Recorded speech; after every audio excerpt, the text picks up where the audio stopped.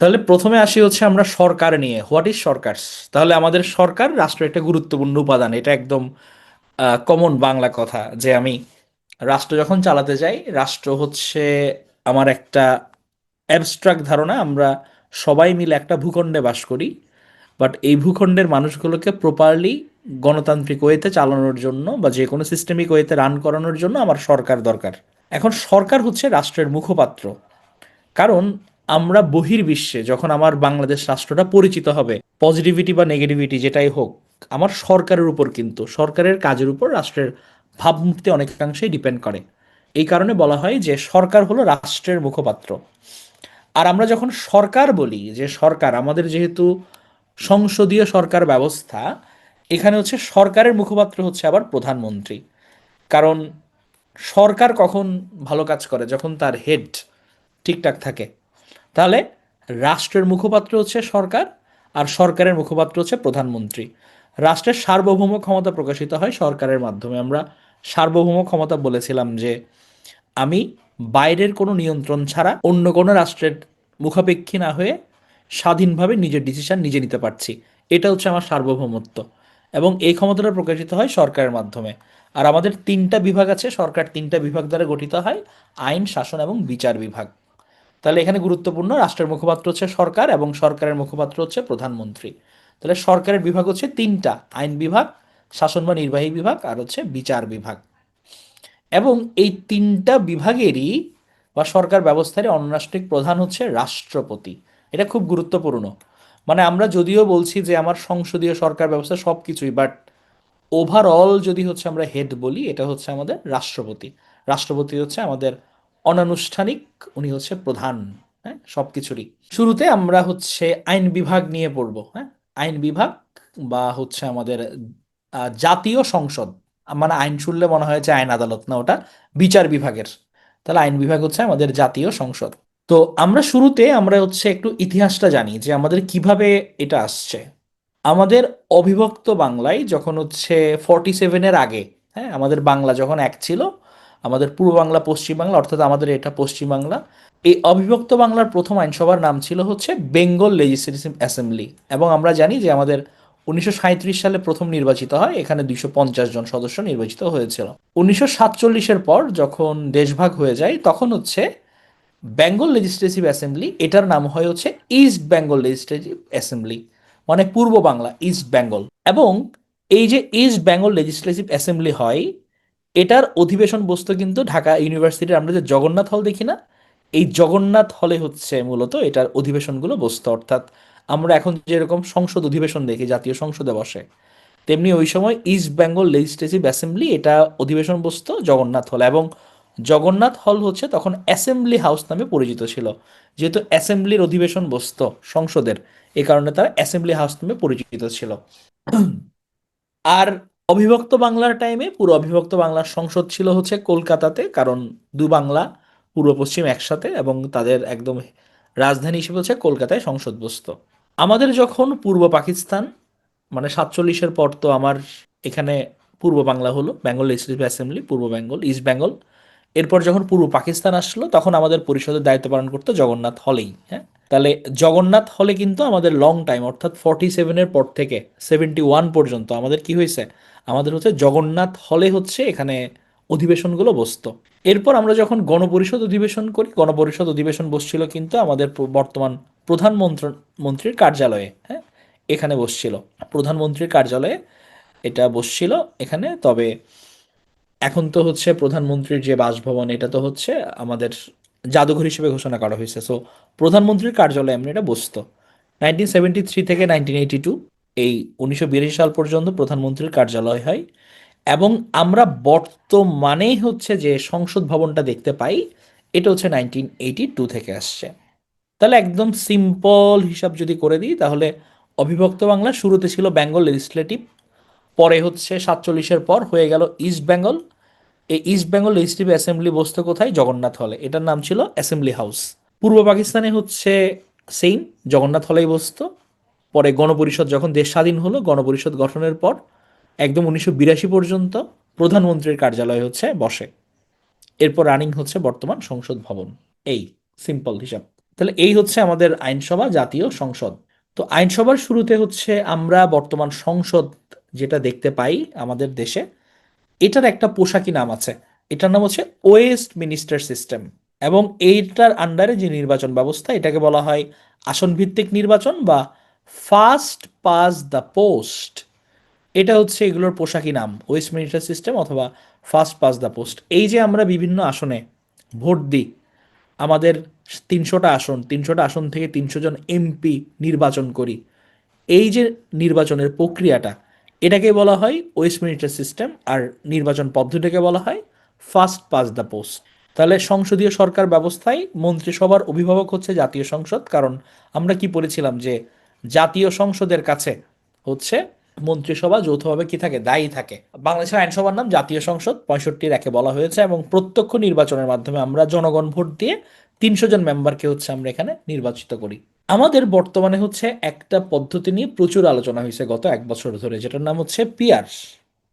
PR পদ্ধতি, proportional representation, আনুপাতিক পদ্ধতি। এটার এমনি যেটা সিস্টেম, সেটা হচ্ছে ব্যালটে কোনো প্রার্থীর নাম থাকে না, ভোটাররা দলীয় প্রতীকে ভোট দেয় মূলত। হ্যাঁ, এবং একটা দল যে পরিমাণ ভোট পাবে সেই অনুপাতে সংসদের দলটির প্রতিনিধিত্ব নির্ধারণ হবে। ধরো পুরো দেশের মধ্যে ভোট হলো, ভোট হওয়ার পর সবগুলোকে ভোট একসাথে কাউন্ট করে দেখবে যে কোন দল কত পার্সেন্ট ভোট হয়েছে। হ্যাঁ, ধরলাম হচ্ছে আমি এ, বি, সি, 3টা দল আছে। ধরলাম এ পেলো হচ্ছে আমার 40% ভোট, বি পেলো হচ্ছে 20%, আর সি পেলো ধর 20%। তাহলে এখানে এরা যে 40% পেলো, তাহলে 340% তারা সিট পাবে। বি যে 20% পেলো, 320% তারা পাবে। সি যে 20% পেলো, 320% সিট তারা পাবে। অর্থাৎ আমার পিআর পদ্ধতি যেটা হয় যে আমার এমন হতে পারে যে কোনো একটা ছোট দল হয়তো সে কোনো আসনে আগে সিস্টেমে জিততো না, বাট সে মোট ভোটের হয়তো 2% পাইছে, তাহলে সে কিন্তু আমার 300 আসনের 2% সিট সে পাবে, অর্থাৎ 6টা পাবে। হ্যাঁ, এইটা হচ্ছে গিয়ে পিআর পদ্ধতি। এবং এখানের পক্ষে বিপক্ষে অনেকগুলো আসলে যুক্তি আছে, এটা নিয়েই মূলত হচ্ছে তর্ক চলছে যে কিভাবে এটা ইন্ট্রোডিউস করা যায়। হ্যাঁ, তো ওভারঅল ব্যাপারটা হচ্ছে এইটা, যে আমার সিস্টেমটা এভাবে হয় যে পার্সেন্টেজ হিসেবে হয়। এখন এটার বিপক্ষে যে কথাগুলো আছে সেটা হচ্ছে, এখানে যেহেতু কোনো মানে কে কোন এলাকা থেকে দাঁড়াবে এরকম কোনো ব্যাপার থাকে না। এমন হতে পারে যে একটা দল হয়তো 6টা সে আসন পাইছে, এখন 6টা আসনের এমন একটা আসনে এমপি, মানে যেহেতু আগে থেকে ফিক্স করা নাই যে কে কোন আসন থেকে দাঁড়াবে। ধরো চট্টগ্রামের একটা মানুষের একটা আসনের জন্য আমার এমপি আমি দল থেকে দিলাম হচ্ছে উত্তরবঙ্গের কাউকে, তাহলে সে কিন্তু আমার এখানকার রিজিওনাল যে ক্রাইসিস এটা সে বুঝবে না। সেম হচ্ছে গিয়ে আমার চট্টগ্রামের একজনকে যদি আমি উত্তরবঙ্গের একটা আসনের জন্য দিই, সে কিন্তু ক্রাইসিসটা বুঝবে না। আমার বিদ্যমান সিস্টেমে কি হয় যে আমার এলাকার মানুষজন এখানে দাঁড়াই, আমি নির্বাচন করি, উনি আমার এলাকার নিকট দায়বদ্ধ থাকে। এখন পিআরের মধ্যে যেহেতু কোনো জায়গা থেকে স্পেসিফিক দাঁড়াচ্ছে না, পরে যখন আমি এটাকে ভাগ করতেছি এবং একটা লিস্ট থাকে, যেটা পিআর পদ্ধতির আইডিয়াল সিস্টেম। ধরো আমার এমন একটা লিস্ট করলাম আমি আগে যে আমার 100জন সিরিয়াল, তাহলে আমি যদি 100টা সিট পাই আমি 100 জনকে দিব। এখন 100 জনের মধ্যে একজন এমন হয়ে গেল সেও এলাকার না। হ্যাঁ, তখন হচ্ছে গিয়ে এটা একটা ঝামেলা ক্রিয়েট করতে পারে। সো পক্ষে বিপক্ষে অনেক কিছু আছে, ওই আলোচনায় যাচ্ছি না, জাস্ট আইডিয়াটা দেওয়ার জন্য যে এটাকে বলা হয় পিয়ার সিস্টেম, পার্সেন্টেজ অনুযায়ী। তো আমাদের আইনসভা নিয়ে কথা হয়েছে 65-র 93 নম্বর অনুচ্ছেদে 5ম ভাগে। আর আমরা এটাকে কি বলছি, জাতীয় সংসদকে হাউস অফ দ্য নেশন। ও এখানে কিন্তু আগের অনেক পড়া রিপিটেশন আসবে, ওগুলো আমরা কুইকলি গো থ্রু করবো যেহেতু আগে আমরা পড়ে ফেলছি। জাতীয় সংসদের প্রতীক হচ্ছে শাপলা। শাপলা হচ্ছে জাতীয় সংসদের প্রতীক। আমাদের যে জাতীয় সংসদ ভবনটা, এটা শেরেবাংলা নগর, ঢাকাতে অবস্থিত। 1961 সালে এটা নির্মাণ কাজ শুরু হয় এবং এটার ভিত্তিপ্রস্তর স্থাপন করেছিলেন হচ্ছে আইয়ুব খান, আইয়ুব শাহী হচ্ছে এটা করে গেছিলেন 1961-তে। এবং এটার উদ্বোধন হয় 1982 সালে। উদ্বোধন করেছিলেন তৎকালীন প্রেসিডেন্ট আব্দুস সাত্তার। এবং 1982 সালের 15ই ফেব্রুয়ারি প্রথম হচ্ছে অধিবেশন এখানে বসে। তাহলে আমরা 1961 সালে কাজ শুরু করছি, 1982 পর্যন্ত এটার কাজ চলছে। এবং তখন গিয়ে হচ্ছে আমাদের কি হয়েছে, এটার প্রথম অধিবেশন অনুষ্ঠিত হয়েছে। জাতীয় সংসদ ভবনের স্থপতি বা নকশাকারী ছিল মার্কিন স্থপতি লুই আয়েকান, খুবই ওয়ার্ল্ড ফেমাস আর্কিটেক্ট। ওনার জন্ম হচ্ছে এস্তোনিয়াতে। আর উনাকে হেল্প করেছিল আমাদের আরেকজন লেজেন্ড, ওনার নাম হচ্ছে মাজহারুল ইসলাম। তাহলে আমাদের হচ্ছে লুইয়াই কান, তারপর মাজহারুল ইসলাম, ওনাদের হাত ধরে আমাদের এটা কমপ্লিট হয়েছে। তবে মাঝখান দিয়ে লুইয়াই কান মারা যান। উনি মারা যাওয়ার পর ওনার অবশিষ্ট কাজ সম্পন্ন করেছিল আরেকজন আর্কিটেক্ট হেনরি উইলকট। এগুলো মুখস্থর প্রয়োজন নাই, জাস্ট হচ্ছে আমরা জেনে রাখি নাইস্ট্রুন এটা কিন্তু 9 তলার প্রায় সমান, 46.5 মিটার, 215 একর বিশাল জায়গা। এখানে 3টা প্লাজা আছে, মানে 3টা ভাগে ভাগ, একটা হচ্ছে মেইন প্লাজা, দক্ষিণ প্লাজা আর প্রেসিডেন্সিয়াল প্লাজা। 2টা ভিআইপি গ্যালারি আছে এবং ক্রিসেন্ট লেক আছে এখানে। এইটা একটু মনে রাখতে পারি, মানে ক্রিসেন্ট লেক শুনতে হঠাৎ করে মনে হয় যে এটা বাইরের কোনো বিদেশের কোনো লেক কিনা, কিন্তু ক্রিসেন্ট লেক হচ্ছে আমাদের সংসদ ভবনে যে লেকটা আছে, এটা হচ্ছে আমাদের ক্রিসেন্ট লেক। এবার চলে যায় একদম সংসদ ভবনের ভেতরে। আমরা একটা কল্পনায় চিন্তা করি যে বিটিভিতে সংসদ অধিবেশন আমি দেখতেছি, তাহলে সংসদের মাঝখানে কে বসে থাকে? মাঝখানে একজন অর্ডার অর্ডার বলে, ফ্লোর দেয়, আপনি কথা বলেন, আপনি কথা বলেন। যিনি অর্ডার অর্ডার বলে উনি হচ্ছে আমাদের স্পিকার। তাহলে স্পিকার হচ্ছে জাতীয় সংসদের সভাপতি এবং সংসদ সচিবালয়ের প্রধান। সংসদের জন্য যে একটা সচিবালয় আছে ওটার প্রধান, এবং উনি জাতীয় সংসদের সভাপতি। এখানে প্রত্যেকটা লাইন কিন্তু খুবই গুরুত্বপূর্ণ, হ্যাঁ, আমি যেগুলো যেগুলো বলছি। তো এরা হচ্ছে ভোটাভুটির মাধ্যমে নির্বাচিত হয় এবং এদের বেতন ভাতা হয় হচ্ছে সংযুক্ত তহবিলের দায় মুক্তি ব্যয় থেকে। আমাদের সংবিধানে সংযুক্ত তহবিলের কথা বলা আছে, ওখান থেকে তাদের বেতন ভাতা হয়। এবং পরবর্তী নির্বাচনের পর স্পিকার নির্বাচিত হওয়ার আগ পর্যন্ত কিন্তু স্পিকার স্বপদে বহাল থাকেন। হ্যাঁ, আমরা নর্মালি কি দেখি যে আমার সরকার ভেঙে যায়, কিন্তু মানে স্পিকার যেহেতু পরবর্তীতে নির্বাচন হবে, নির্বাচনের পর যারা এমপি হবে এমপিদের মধ্য থেকে ভোটাভুটিতে নির্বাচিত হয়, এই কারণে কিন্তু স্পিকার শপথে বহাল থাকে। এবং আগের বছর আগের টার্মে যিনি স্পিকার ছিলেন উনি হচ্ছে অনেক সময় দেখা যায় কি শপথ পড়াতে। তবে যাই হোক, এটা মনে রাখি জাস্ট স্পিকার শপথে বহাল থাকেন। তো স্পিকার হচ্ছে সংসদের কার্যপ্রণালী নির্ধারণ করেন, সংসদ নেতা বা প্রধানমন্ত্রীর সঙ্গে আলোচনা করে। তাহলে আমরা মিটিংয়ে কি করি? ধরেন হচ্ছে আমি একটা মিটিং করতে চাই, মিটিংয়ের মধ্যে হচ্ছে আমার কোনো কিছু বিষয় নিয়ে আলোচনা করা হয়, তাহলে কোনটার পর কোনটা নিয়ে আলোচনা হবে, কে আগে কথা বলবে, কে পরে কথা বলবে, তাহলে সংসদ এভাবে কিভাবে চলবে আজকের অধিবেশনে, এটার কার্যপ্রণালী নির্ধারণ করেন স্পিকার, আমাদের সংসদ নেতা বা প্রধানমন্ত্রীর সাথে কথা বলে।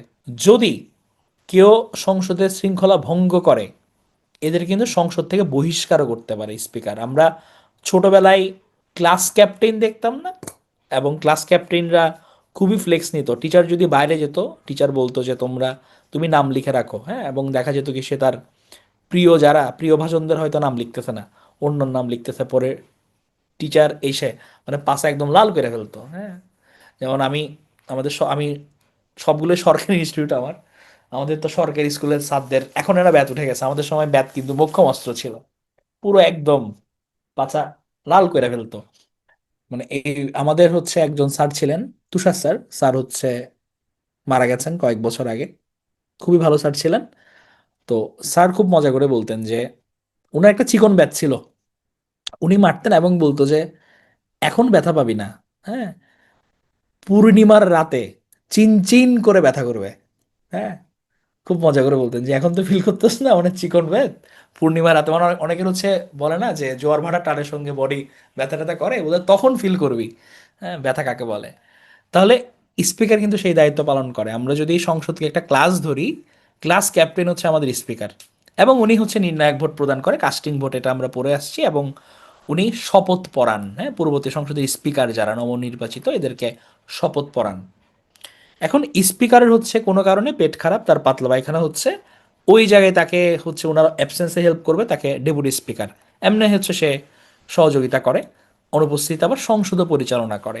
এখন আমার স্পিকার বা ডেপুটি স্পিকারের পদ কখন শূন্য হয়? যেহেতু এমপিদের মধ্য থেকে নির্বাচিত হচ্ছে একজন আমার স্পিকার ভোটাভুটির মাধ্যমে, ওই ব্যক্তি যদি সংসদ সদস্য নাই থাকেন, উনি যদি এমপি না থাকেন, অথবা উনি যদি মন্ত্রী হয়ে যান, তখন সেটার পদটা শূন্য হয়ে যাবে। তাহলে এমপি যদি না থাকেন এবং উনি যদি মন্ত্রীপদ গ্রহণ করেন তখন এটা শূন্য হয়ে যায়।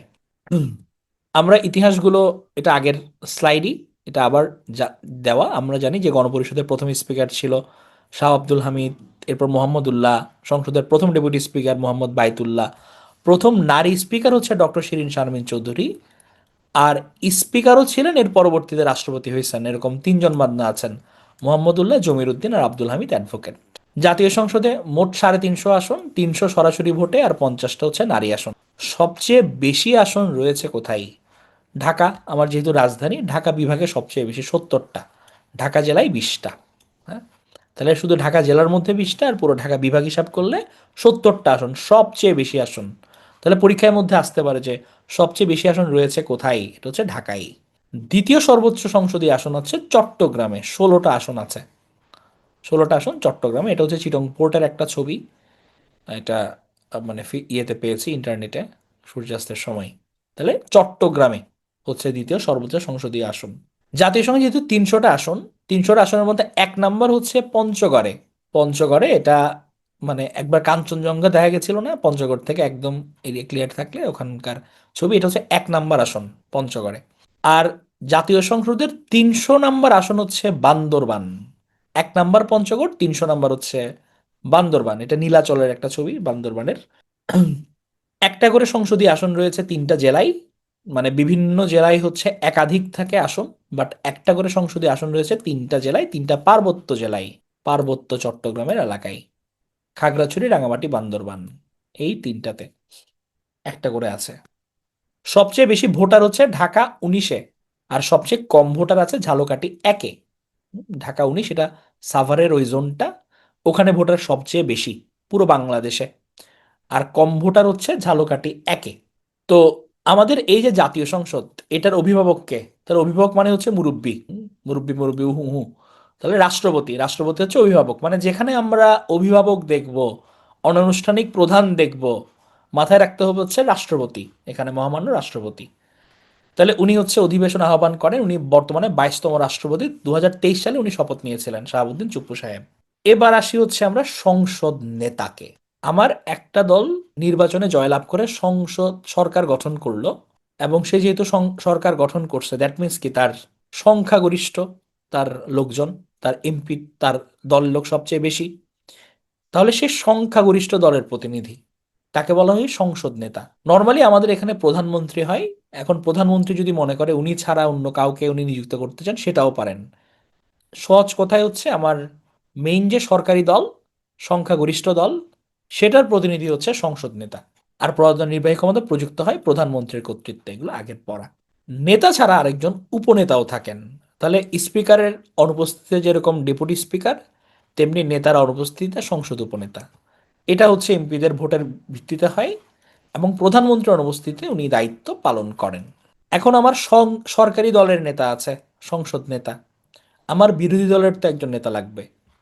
তাহলে পার্লামেন্টে যে বিরোধী দল, অর্থাৎ সবচেয়ে যে ভোট বেশি পাইছে যে দলটা, সে তো আমার সরকারি দল, সে সরকার গঠন করলো। এরপর সেকেন্ড পজিশনে যে, সেটা হচ্ছে আমার প্রধান বিরোধী দল। বিরোধী দলের কিন্তু নেতা থাকে। মজার ব্যাপার হচ্ছে বিরোধী দলীয় যে নেতা থাকে, উনি কিন্তু পূর্ণ মন্ত্রীর মর্যাদা ভোগ করেন। মানে উনি কোনো মন্ত্রী না সরকারে, কিন্তু একজন মন্ত্রী যে ধরনের সুযোগ সুবিধা পান, উনি হচ্ছে সেই ধরনের সুযোগ সুবিধা ভোগ করেন, বিরোধী দলের নেতা। এখন চিন্তা করেন যে আমার একটা সংসদের মধ্যে সরকারি দল আছে, বিরোধী দল আছে, মানে কয়েকটা অনেক দলের মানুষজন থাকে, এমপি নির্বাচিত হয়েছে। আমার স্পিকার পুরোটা শৃঙ্খলা বিধান করতেছে, হ্যাঁ।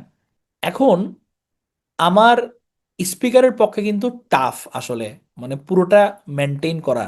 এই কারণে আমাদের এখানে একটা সিস্টেম আছে যে প্রত্যেকটা দল থেকে একজন প্রতিনিধি থাকবে, যে হচ্ছে তার দলীয় শৃঙ্খলা মেনটেন করবে। হ্যাঁ, ধরলাম হচ্ছে এ দল থেকে একজন থাকলো, বি দল থেকে একজন থাকলো, সি দল থেকে একজন থাকলো, মানে পুরো কোঅর্ডিনেট করতেছে স্পিকার, বাট ইন্ডিভিজুয়ালি দল থেকে একজন করে প্রতিনিধি থাকলো। যারা কি করে, যারা হচ্ছে দলীয় শৃঙ্খলা রক্ষা করে। মানে স্পিকার বলে যে তুমি দলের মানুষগুলোকে, তোমার দলের মানুষগুলোকে তুমি ঠিক করো, হ্যাঁ, এরকম আবার দেয়। তো এদেরকে বলা হয় হচ্ছে হুইপ। সরকারি দলের মুখপাত্র এবং বিরোধী দলেও হচ্ছে হুইপ থাকে, মানে দলের মুখপাত্র। এরা হচ্ছে কার্যপ্রণালী এবং গতিধারা নিয়ন্ত্রণ করে হুইপদের মাধ্যমে। হ্যাঁ, আমার সংসদ নেতা যারা, ওরা হচ্ছে হুইপের মাধ্যমে হচ্ছে এটা কন্ট্রোল করে, দলীয় শৃঙ্খলা, দলীয় ভাবমূর্তি। তাহলে দলের থেকে, দলের মুখপাত্র হচ্ছে আমাদের হুইপ বা সচেতক, এটা খাস বাংলায় বলা হয়। যেমন আমাদের হচ্ছে মাশরাফি বিন মুর্তজা, উনি কিন্তু হুইপ ছিলেন। তাহলে এটা গেল হচ্ছে আমার হুইপ। এখন আমার সংসদ কিভাবে চলবে এটার জন্য কিছু নিয়ম কানুন আছে। সংসদের কার্যপ্রণালী বিধি, এটাকে বলা হয় rules of procedure of parliament. 1974 সালে এটা গৃহীত হয়। প্রশ্ন সাল নিয়ে প্যারা লাগলে মনে না রাখলেও চলবে। সংসদে কিছু স্থায়ী কমিটি আছে, আমরা 76 নম্বর অনুচ্ছেদে পড়ে এসেছিলাম। হ্যাঁ, 50টা স্থায়ী কমিটি এখানে আছে। সংসদীয় কমিটি 11টা, মন্ত্রণালয় সম্পর্কিত 39টা। প্রত্যেকটাতে 10টা করে 10 জন করে মেম্বার থাকে। প্রধানের পদবি হচ্ছে সভাপতি। তাহলে স্থায়ী কমিটি হচ্ছে এরা বিভিন্ন বিষয়ে হতে পারে, যে রেল বিষয়ক স্থায়ী কমিটি, কৃষি বিষয়ক স্থায়ী কমিটি। হ্যাঁ, তারা নিজেদের মধ্যে আলোচনা করে সর্ট আউট করে যে কী ধরনের প্রবলেম অ্যারাইজ করতেছে, কিভাবে কি করা যায়। সংসদের কিন্তু সচিবালয়ের কথা আমরা বলেছিলাম 79 নম্বর অনুচ্ছেদে। এবং সংসদ সচিবালয়ের প্রধান কিন্তু আমাদের স্পিকার, উনি জাতীয় সংসদের সভাপতিও, আবার হচ্ছে প্রধানও। সংসদের যে রেকর্ড হয়, রেকর্ডটা এটা কিন্তু বাংলায় হয়। আমরা বলেছিলাম গত ক্লাসে যে আমাদের সংরক্ষিত আসনে আমাদের প্রথম যেটা, এখানে সংরক্ষিত নারী আসন ছিল 15টা। মজার ব্যাপার হচ্ছে চতুর্থ সংসদে কিন্তু মহিলাদের জন্য কোনো সংরক্ষিত আসন ছিল না। এগুলো জাস্ট র্যান্ডম কিছু ইনফরমেশন। এবং স্পিকারের দায়িত্বপ্রাপ্ত অবস্থায় মৃত্যুবরণ করেছিলেন হুমায়ুন রশিদ চৌধুরী। 2001 সালে উনি স্পিকার অবস্থায় মৃত্যুবরণ করেন। গত ক্লাসের হচ্ছে কিছু রিক্যাপ। রাষ্ট্রপতি যে আইন নিজে জারি করেন তাকে বলা হয় অধ্যাদেশ, জরুরি প্রয়োজনে। রাষ্ট্রপতির সুপারিশ ছাড়া উত্থাপন করা যায় না হচ্ছে অর্থ বিল। মন্ত্রিসভার সদস্যরা জবাবদিহি করে সংসদের নিকট। এবং আমরা কি দেখেছিলাম, সংসদের দায় মুক্তি দেখেছিলাম, কোনো কিছু নিয়ে আদালতে প্রশ্ন উত্থাপন করা যাবে না। এছাড়া হচ্ছে জাতীয় সংসদের কিছু নির্দিষ্ট দায়িত্ব আছে। আমরা প্রশাসনিক ট্রাইব্যুনালের কথা পড়ছি। তারপর অধস্তন আদালত, সুপ্রিম কোর্ট ছাড়া ন্যায়পালের পদ, এগুলো সবগুলোর প্রতিষ্ঠার দায়িত্ব জাতীয় সংসদের। আমাদের যে ডিফেন্স আছে, প্রতিরক্ষা বাহিনীগুলো, সেনাবাহিনী, নৌবাহিনী, বিমান বাহিনী, এগুলোকে কিভাবে চলবে অথবা এদের যে লোক লাগবে, এই জিনিসগুলো কন্ট্রোল করে হচ্ছে জাতীয় সংসদ, অর্থাৎ ওরা অনুমতি দেয়। স্থানীয় সরকারের কার্যাবলী, আমাদের মেয়র, কাউন্সিলর, ইউনিয়ন পরিষদ, এরা কি ধরনের কাজ করবে, এটা জাতীয় সংসদে সবাই বসে এটা কথা বলে ঠিক করে নেয়। টাকা পয়সা নিয়ে জাতীয় অর্থের নিয়ন্ত্রক, অভিভাবক, কর আরোপ, কর গ্রহণ, এগুলো সবগুলোর জন্য জাতীয় সংসদের অনুমতি লাগবে। এদের অনুমতি ছাড়া কোনো কর আরোপ বা গ্রহণ করা যায় না। তাহলে জাতীয় সংসদের কিন্তু সার্টেন অনেকগুলো ভূমিকা আছে। ওদের কাছে কিন্তু মন্ত্রিসভা দায়ী থাকে। আমার টাকা পয়সা, জাতীয় যে অর্থ, এটার নিয়ন্ত্রক, অভিভাবক হচ্ছে জাতীয় সংসদ। স্থানীয় সরকারের কার্যাবলী সে কন্ট্রোল করতেছে। হ্যাঁ, এবং আমার প্রতিরক্ষা বাহিনীগুলোতে যদি লোকটোক লাগে, এগুলো সে দেখছে। সংসদে আইন প্রণয়ন পদ্ধতি, এটাও রিক্যাপ। আমরা জানি যে প্রথমে আমাকে বিল পেশ করতে হয়, 15 দিনের মধ্যে সম্মতি দিতে হয়। তাহলে অর্থ বিল ছাড়া অন্যান্য বিলে যে কোনো জায়গায় রাষ্ট্রপতি হচ্ছে সম্মতি জানাতে পারেন, অথবা সংশোধনীর জন্য বিল চাইলে ফেরত পাঠাতে পারেন। তাহলে যদি 15 দিনের মধ্যে সম্মতি না দেন, তাহলে ধরে নেওয়া হয় যে উনি অ্যাপ্রুভ করছেন। এ পর্যন্ত আমাদের 2টা বিল আমরা দেখতে পাই যেটা রাষ্ট্রপতির কাছে পাঠানোর পর ফেরত আসছে। হ্যাঁ, একটা হচ্ছে দি কোড অফ সিভিল প্রসিডিউর সংশোধন বিল 1998-এ, আর একটা বাংলাদেশ শ্রম সংশোধন বিল 2023-এ। এই 2টা রাষ্ট্রপতি ফেরত পাঠাইছিল। তাহলে রাষ্ট্রপতি যখন ফেরত পাঠায় তখন সংসদে কিন্তু কারেকশন করে পাশ করে আবার পাঠাতে হয় রাষ্ট্রপতির কাছে, এবং সেকেন্ডবার যখন পাঠানো হয় তখন 7 দিন তার সময়। তাহলে 7 দিন পর দিক বা না দিক ধরে নেওয়া হবে রাষ্ট্রপতি সম্মতি দিয়েছেন। তবে অর্থ বিলের ক্ষেত্রে ব্যাপারটা একটু ডিফারেন্ট। যখন আমরা অর্থ বিল উঠাতে যাব, এর আগেই রাষ্ট্রপতির সম্মতি লাগবে। রাষ্ট্রপতির সম্মতি ব্যতীত সংসদে অর্থ বিল উত্থাপন করা যাবে না।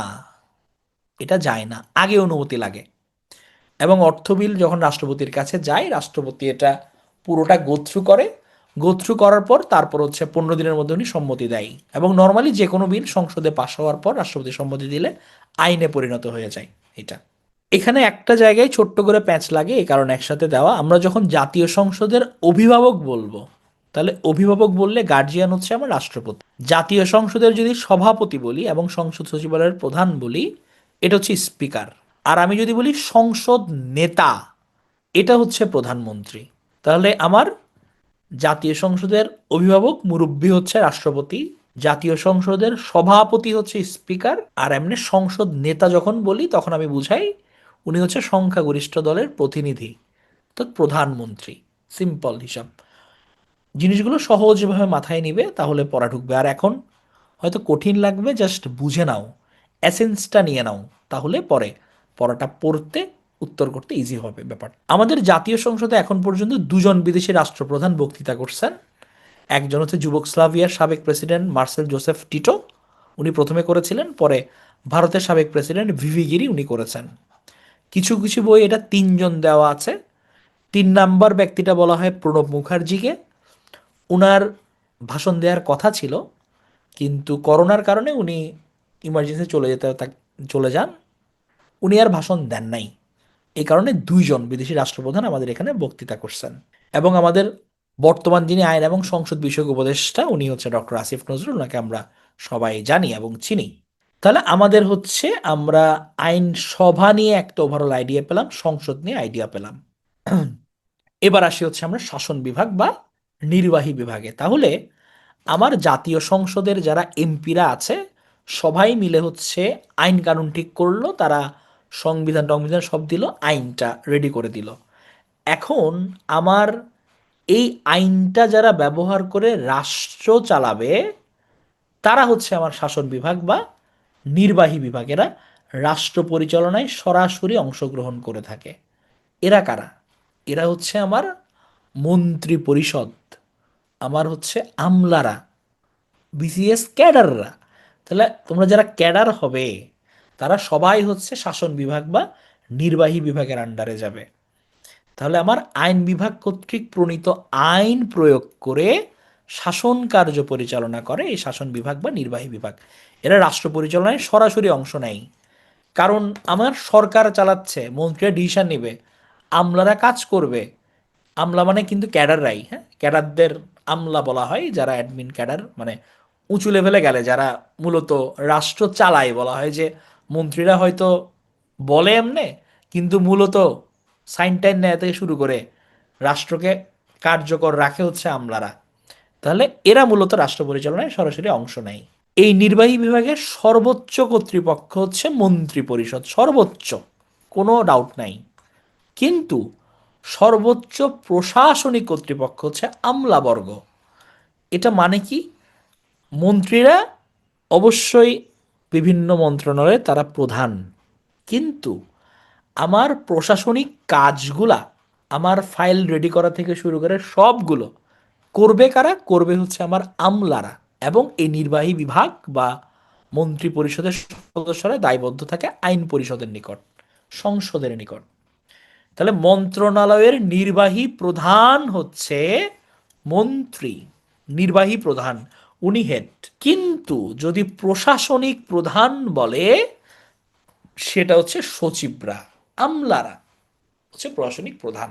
তাহলে এটা খুব খেয়াল করে মাথায় রাখতে হবে। আমার নির্বাহী প্রধান, হেড, মন্ত্রী, কিন্তু অরিজিনালি চালাচ্ছে কারা? প্রশাসনিক প্রধানকে আমার সচিব, আমলা, এরা হচ্ছে আমার সেম জিনিস, কিন্তু সচিব আমলা এগুলো সেম। এরা হচ্ছে আমার প্রশাসনিক প্রধান। তবে মুরব্বী কি? মুরব্বী একজনই, মুরব্বী হচ্ছে রাষ্ট্রপতি, সর্বোচ্চ ব্যক্তি হচ্ছে আমাদের রাষ্ট্রপতি।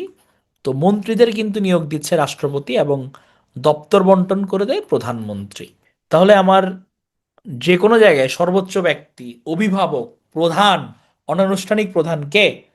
আমার রাষ্ট্রপতি, এখানে কোনো কথা নাই। আর এমনে আমার মন্ত্রণালয়ের নির্বাহী প্রধান বললে মন্ত্রী, আর প্রশাসনিক প্রধান বললে হচ্ছে আমার সচিব। আমাদের বাংলাদেশে কিছু পদমর্যাদার ক্রম আছে, বিভিন্ন গুরুত্বপূর্ণ পদসমূহের ক্রমবিন্যাস। আমরা মাঝে মাঝে গভর্নমেন্ট অনুষ্ঠানে দেখি না যে কার পর কে বসবে, এরকম কিন্তু চেয়ার ওভাবে সেট করা থাকে, বা ডাকার সময় হয়তো ওভাবেই ডাকে, হ্যাঁ। তো এই যে পদমর্যাদা, কে কতটুকু মর্যাদা পাবে, এটাকে বলা হয় ওয়ারেন্ট অফ প্রিসিডেন্স, হ্যাঁ। তো প্রথম এই যে ওয়ারেন্ট অফ প্রেসিডেন্স জারি করা হয় উচ্চপদস্থ ব্যক্তিবর্গের তালিকায় 1974 সালে। 25টা সিরিয়াল আছে আমাদের এখানে, 25টা। এটা বেসিক ভিউ থেকে ছবিটা নেওয়া, এখানে 15টা পর্যন্ত আছে। এগুলো একবার জাস্ট রিডিং, মুখস্থের প্রয়োজন নয়। প্রথম 5টা পদ আমরা দেখতে পারি। তাহলে সবার প্রথমে হচ্ছে পদমর্যাদায় রাষ্ট্রপতি, মুরব্বী, সবার উপরে। এরপর প্রধানমন্ত্রী। 3 নাম্বার হচ্ছে স্পিকার, মানে অর্ডার ক্লাস ক্যাপ্টেন যেটাই বলি, ওনার কিন্তু মর্যাদা মোটামুটি ভালোই। 4 নাম্বারে হচ্ছে প্রধান বিচারপতি আর প্রাক্তন রাষ্ট্রপতিরা। 5 নাম্বারে হচ্ছে মন্ত্রীরা, ডেপুটি স্পিকার। প্রধান হুইপ বিরোধী দলীয় নেতা। তাহলে এটা হচ্ছে আমার পদমর্যাদার সিরিয়াল, সবার উপরে রাষ্ট্রপতি। এখন আমরা রাষ্ট্রপতি সম্বন্ধে একটু জানি, তাহলে উনি রাষ্ট্রপ্রধান, নো ডাউট, প্রশাসনিক ব্যবস্থার শীর্ষ ব্যক্তি। সকল শাসনকর্ম সম্পন্ন হয় রাষ্ট্রপতির নামে, তাহলে উনি কিন্তু কন্টিনিউ ওয়াইফের বিল দিয়ে যাচ্ছেন, উনার নামেই সব। এই লাইনটা খুবই গুরুত্বপূর্ণ। সংসদীয় সরকার ব্যবস্থায় রাষ্ট্রপতি হচ্ছেন নিয়মতান্ত্রিক শাসক প্রধান, নিয়মতান্ত্রিক শাসন প্রধান, কনস্টিটিউশনাল হেড। তাহলে আমার নিয়মতান্ত্রিক অনানুষ্ঠানিক শাসন প্রধান হচ্ছে আমার রাষ্ট্রপতি। হ্যাঁ, অনানুষ্ঠানিক প্রধান বা নিয়মতান্ত্রিক প্রধান, এটা কিন্তু আমাদের রিসেন্ট একটা বিসিএসে আসছে। আমি এখন আপনাদের যেরকম গোল্লা করে পড়াচ্ছিলাম ওদেরকেও পড়াইছিলাম, হুবহু চলে আসছে এই লাইন। হ্যাঁ, তো সংসদীয় সরকার সরাসরি রাষ্ট্রপতি নির্বাচিত হয়েছে এখন পর্যন্ত আমাদের দুইবার, 1978 এবং 1986-তে, জিয়াউর রহমানের আমলে এবং এরশাদের আমলে। দুবার হচ্ছে সরাসরি রাষ্ট্রপতি নির্বাচন আমাদের এখানে হয়েছে। রাষ্ট্রপতি নির্বাচন হয় মূলত সংসদ সদস্যগণ কর্তৃক প্রকাশ্য ভোটে, তাহলে এমপিদের ভোটে নির্বাচিত হয়। তাহলে শাসনতান্ত্রিক প্রধান হচ্ছে রাষ্ট্রপতি। রাষ্ট্রপতিকে অপসারণ করা যায় আমরা জানি, অভিশংসন 52 নাম্বার, এবং স্পিকারের নিকট নোটিশ যে প্রদান করতে হয় এটাও আমরা জানি। রাষ্ট্রপতির পদ শূন্য হবার সাথে সাথে স্পিকারের পদ শূন্য হয়, কারণ রাষ্ট্রপতি যদি পদ থেকে বের হয়ে যান, চলে যান, উনার জায়গায়, উনার অবর্তমানে ওই সময়ের জন্য রাষ্ট্রপতি হন কিন্তু স্পিকার। তাহলে রাষ্ট্রপতি পদ শূন্য হওয়ার সাথে সাথে president post replaced by speaker, যেহেতু স্পিকার ওই জায়গায় চলে গেছে তাহলে উনার পোস্ট খালি হয়ে যাবে না, এটা খুব স্বাভাবিক। এই কারণে এটা বলা হয়েছে যে রাষ্ট্রপতির পদ শূন্য হবার সাথে সাথে স্পিকারের পদটা শূন্য হয়ে যায়। উনি নিয়ম কানুন প্রণয়ন করেন, উনি ভাষণ দেন, এগুলো আমরা পড়ছি অলরেডি। যে কোনো যুদ্ধ প্রয়োজনীয় ব্যবস্থা গ্রহণ করেন রাষ্ট্রপতি। উনি যেখানে থাকেন এটার নাম হচ্ছে বঙ্গভবন, পূর্ব নাম এটার ছিল গভর্নর হাউস। তাহলে বঙ্গভবনে রাষ্ট্রপতি থাকেন। পদাধিকার বলে উনি অনেক কিছুর প্রধান, এগুলো গত ক্লাসে বলেছি, এ কারণে আর ডিটেলে যাচ্ছি না। সশস্ত্র বাহিনীর সর্বাধিনায়ক, ভিসির চ্যান্সেলর, চ্যান্সেলর থাকেন উনি। আমরা তো যে ভিসি বলি, ইউনিভার্সিটির প্রধানকে ভিসি, উনি কিন্তু ভাইস চ্যান্সেলর, ভাইস কিন্তু সহ। আর মেইন চ্যান্সেলরকে, চ্যান্সেলর হচ্ছে কিন্তু আমার রাষ্ট্রপতি, চ্যান্সেলর হচ্ছে রাষ্ট্রপতি। উনি রেড ক্রিসেন্টের প্রধান, স্কাউটের প্রধান, এশিয়াটিক সোসাইটির প্রধান। এবার আসি প্রধানমন্ত্রী। সংসদীয় সরকার ব্যবস্থায় সরকার প্রধান, মন্ত্রী পরিষদের প্রধান হচ্ছে প্রধানমন্ত্রী। তাহলে সংসদীয় সরকার ব্যবস্থায় নিয়মতান্ত্রিক শাসন প্রধান হচ্ছে রাষ্ট্রপতি। আর যদি বলে সরকার প্রধান, সরকারের প্রধান, মন্ত্রী পরিষদের প্রধান, হেড অফ দ্য গভর্নমেন্ট, তখন কিন্তু আবার এটা হচ্ছে প্রধানমন্ত্রী। ঠিক আছে, প্রধানমন্ত্রী নির্বাহী ক্ষমতা পরিচালনা করে, কারণ ওনার নামে প্রযুক্ত হয়। মিনিমাম 25 বছর হওয়া লাগে প্রধানমন্ত্রী হতে হলে। উনি ক্ষমতা পরিচালনা করে, প্রধানমন্ত্রী রাষ্ট্রপতির কাছে শপথ নেয়, তাহলে জাতীয় সংসদের নিকট দায়ী থাকে, প্রযুক্ত হয়, এগুলো জানি আমরা, 5 বছর মেয়াদ, সব জানা কথা। এখন আমরা এখানে দেখি যে প্রধানমন্ত্রীকে কিভাবে আমাদের ডকুমেন্টগুলোতে গ্লোরিফাই করা হয়েছে। সমগ্র শাসন ব্যবস্থার মধ্যমণি উনি। ওকে, প্রধানমন্ত্রী যদি পদত্যাগ করে তাহলে পুরো মন্ত্রিসভায় ভ্যানিশ হয়ে যাবে, ঠিক আছে, কোনো সমস্যা নেই। এছাড়া মন্ত্রিসভার যা কিছু আহ্বান, কর্মসূচি, অধিবেশন পরিচালনা, দপ্তর বন্টন, বিভিন্ন মন্ত্রীদের কাছে কাকে কোন বিষয়ক মন্ত্রী বানাবে, বিভিন্ন দপ্তরের কার্যাবলী পরিচালনা করা, সবগুলো প্রধানমন্ত্রীর দায়িত্ব। উনাকে বলা হয় তোরণের প্রধান স্তম্ভ বা কিয়েস্টন অফ দ্য ক্যাবিনেট আর্চ। হ্যাঁ, যদি আমরা একটা গেট বানাই, তোরণ বানাই, এটার মেইন স্তম্ভ হচ্ছে প্রধানমন্ত্রী। উনি জাতীয় সংসদের পবিত্রতা, শৃঙ্খলা, নিয়মানুবর্তিতা রক্ষার বিষয়ে স্পিকারকে সাহায্য করেন এই প্রধানমন্ত্রী। তাহলে পররাষ্ট্রনীতি বিষয়ে যে কোনো কিছু রাষ্ট্রপতিকে উনি অবহিত করেন। জাতির নেতা, পথপ্রদর্শক, জাতীয় নিরাপত্তা, জাতীয় সংহতির প্রতীক প্রধানমন্ত্রী। সংবিধান অনুযায়ী সমপর্যায়ভুক্ত ব্যক্তিদের মধ্যে অগ্রগণ্য, মন্ত্রীরূপী তারকারাজির মধ্যে বিরাজমান চাঁদ হলেন প্রধানমন্ত্রী। মানে কিভাবে লিখছে, হ্যাঁ, ওনাকে মনে হয় স্পেশাল অ্যাওয়ার্ড ট্যাওয়ার্ড দিছিল যে লিখছিল, এমনভাবে সে লিখছে। মন্ত্রীরূপী তারকারাজির মধ্যে বিরাজমান চাঁদ, মানে মন্ত্রীরা হচ্ছে সব তারা, তার মধ্যে চাঁদ হচ্ছে প্রধানমন্ত্রী। ওনার বাসভবন গণভবন, যেটা জাদুঘর হয়ে গেছে এখন। তবে কোনো আন্তর্জাতিক চুক্তি সম্পাদিত হতে পারে না প্রধানমন্ত্রীর সম্মতি ব্যতীত। আমরা রাষ্ট্রপতিকে পদাধিকার বলে অনেক কিছুর প্রধান দেখছি, রেড ক্রিসেন্ট, এশিয়াটিক সোসাইটি, বিভিন্ন ইউনিভার্সিটির। এই জিনিসগুলো কিন্তু মানে চ্যারিটি টাইপ, এখানে মানুষজন পড়াশোনা করতেছে, সেবা করতে, সেবামূলক প্রতিষ্ঠান। আর প্রধানমন্ত্রী যেসব প্রতিষ্ঠানের প্রধান পদাধিকার বলে, এগুলো সবগুলো টাকা পয়সার সাথে রিলেটেড, টাকা পয়সা রিলেটেড। এখন যেগুলো উপদেষ্টা প্রধান, যেমন দেখি একনেক এবং এনএস, এগুলো সবগুলো কিন্তু ইকোনমিক জোন। বিনিয়োগ উন্নয়ন কর্তৃপক্ষ, বিনিয়োগ বোর্ড, টাকা পয়সা। নিকার, আমি একটা নতুন বিভাগ করব, জেলা করব, জেলা করব। বেজা, বেবজা, ইকোনমিক জোন। হ্যাঁ, তাহলে আমার ইকোনমিক কাউন্সিল, একনেক, এনএসি, ইকোনমিক জোন, বিডা, সবগুলোরই প্রধান হচ্ছে আমাদের প্রধানমন্ত্রী। জাতীয় পরিবেশ দুর্যোগ ব্যবস্থাপনা আছে, এখানে একটু সে কাজ করে। রপ্তানি, পর্যটন পরিষদ, জাতীয় মহিলা শিশু উন্নয়ন পরিষদ প্রধান, সবগুলোরই প্রধানমন্ত্রী হচ্ছে প্রধান পদাধিকার বলে। এখন প্রধানমন্ত্রীর কথা যেহেতু আমরা বলতেছি, এখানে এখন আসবে আমাদের বর্তমান অবস্থার কথা। আমাদের বর্তমানে কি আছে? আমাদের প্রধান উপদেষ্টা আছে। উনি কিসের প্রধান উপদেষ্টা? অন্তর্বর্তীকালীন সরকারের প্রধান উপদেষ্টা। তাহলে দুটা আমরা বুঝি, অন্তর্বর্তীকালীন কি, তত্ত্বাবধায়ক জিনিসটা কি। আমার তত্ত্বাবধায়ক জিনিসটা আমার সংবিধানে ক্লিয়ার করে বলা যে তোমার 5 বছর তোমার মেয়াদ আছে, তুমি তোমার 5 বছর মেয়াদ হওয়ার 3 মাস আগে, 4 বছর 9 মাসের মাথায় তুমি ক্ষমতা ছেড়ে দিবা। এরপর আমার একটা তত্ত্বাবধায়ক সরকার গঠিত হবে, ওই তত্ত্বাবধায়ক সরকারের আন্ডারে হচ্ছে নির্বাচন হবে। সিম্পল হিসাব। এটা হচ্ছে তত্ত্বাবধায়ক সরকার, সে নির্বাচনের জন্য প্রতিষ্ঠিত হচ্ছে। এখন এমন যদি হয় আমার দেশের মধ্যে ইমার্জেন্সি, আমার সরকার ভেঙে গেছে, এটা তো আর রেগুলার টাইমের মতো না। রেগুলার টাইমে তো আমার তত্ত্বাবধায়ক সরকার থাকতেছে, বাট এরকম ইমার্জেন্সি মোমেন্টে যে সরকার গঠিত হয়, এটাকে বলা হয় অন্তর্বর্তীকালীন সরকার। এরশাদ 1990, হঠাৎ করে তার পতন হয়ে যায় আন্দোলনের মুখে। এই টাইমে আমরা প্রথম আমাদের অন্তর্বর্তীকালীন সরকার গঠন করি। অগাস্টে শেখ হাসিনা সরকারের পতন হয়ে গেল, আমাদের দ্বিতীয় অন্তর্বর্তী সরকার গঠন হলো। তাহলে অন্তর্বর্তীকালীন সরকার হচ্ছে যখন আমার সিস্টেমিক ওয়েতে যাচ্ছে না, ইমার্জেন্সি যেটা আমি ফর্ম করছি, এটা আমার অন্তর্বর্তীকালীন সরকার। আর সিস্টেমিক ওয়েতে নির্বাচনের আগে করে যে সরকার গঠিত হচ্ছে, তত্ত্বাবধায়ক সরকার। নাম দুইটা দুই পার্সপেক্টিভে আসছে, বাট দুইটারই আলটিমেট টার্গেট হচ্ছে একটা সুষ্ঠুভাবে নির্বাচন উপহার দেওয়া। তাহলে আমাদের প্রথম অন্তর্বর্তীকালীন সরকার গঠিত হয় 1990 সালে। এটার প্রধান হচ্ছে বিচারপতি শাহাবুদ্দিন আহমদ। উনি হচ্ছে প্রধান ছিলেন, গুরুত্বপূর্ণ, প্রথম অন্তর্বর্তীকালীন সংবিধানের প্রধান।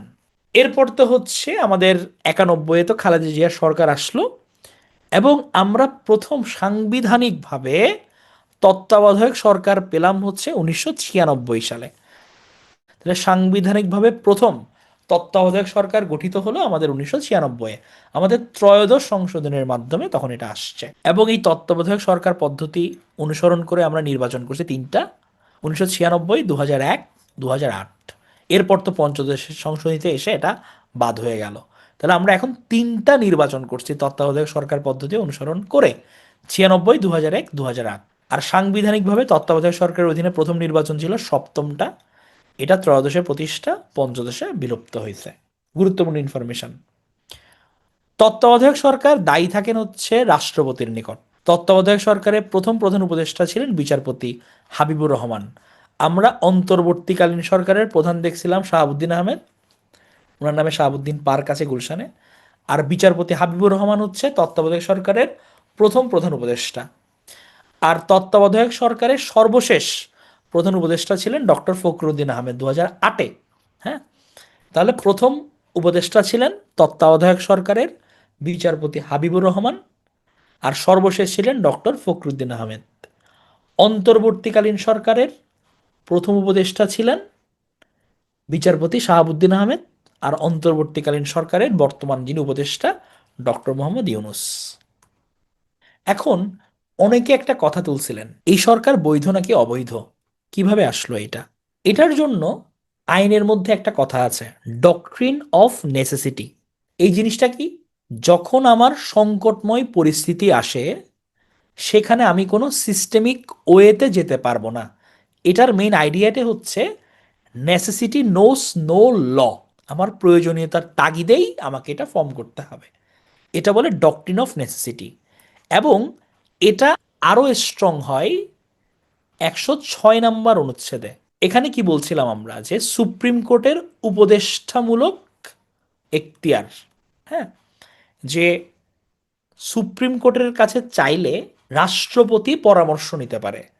তাহলে আমরা মনে আছে ওই স্লাইডে একটা ব্র্যাকেটে মেনশন করে দিয়েছিলাম যে রাষ্ট্রপতি শপথ পড়ানোর বিষয়ে মতামত চেয়েছিলেন।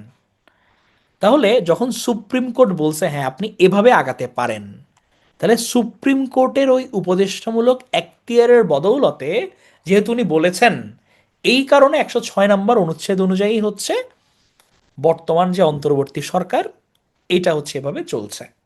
তাহলে ডক্ট্রিন অফ নেসেসিটি 106 নম্বর অনুচ্ছেদ তাদেরকে অ্যাটলিস্ট একটা বৈধতা দিয়েছে। তাহলে অন্তর্বর্তীকালীন সরকার 8ই আগস্ট 2024 গঠিত হয়।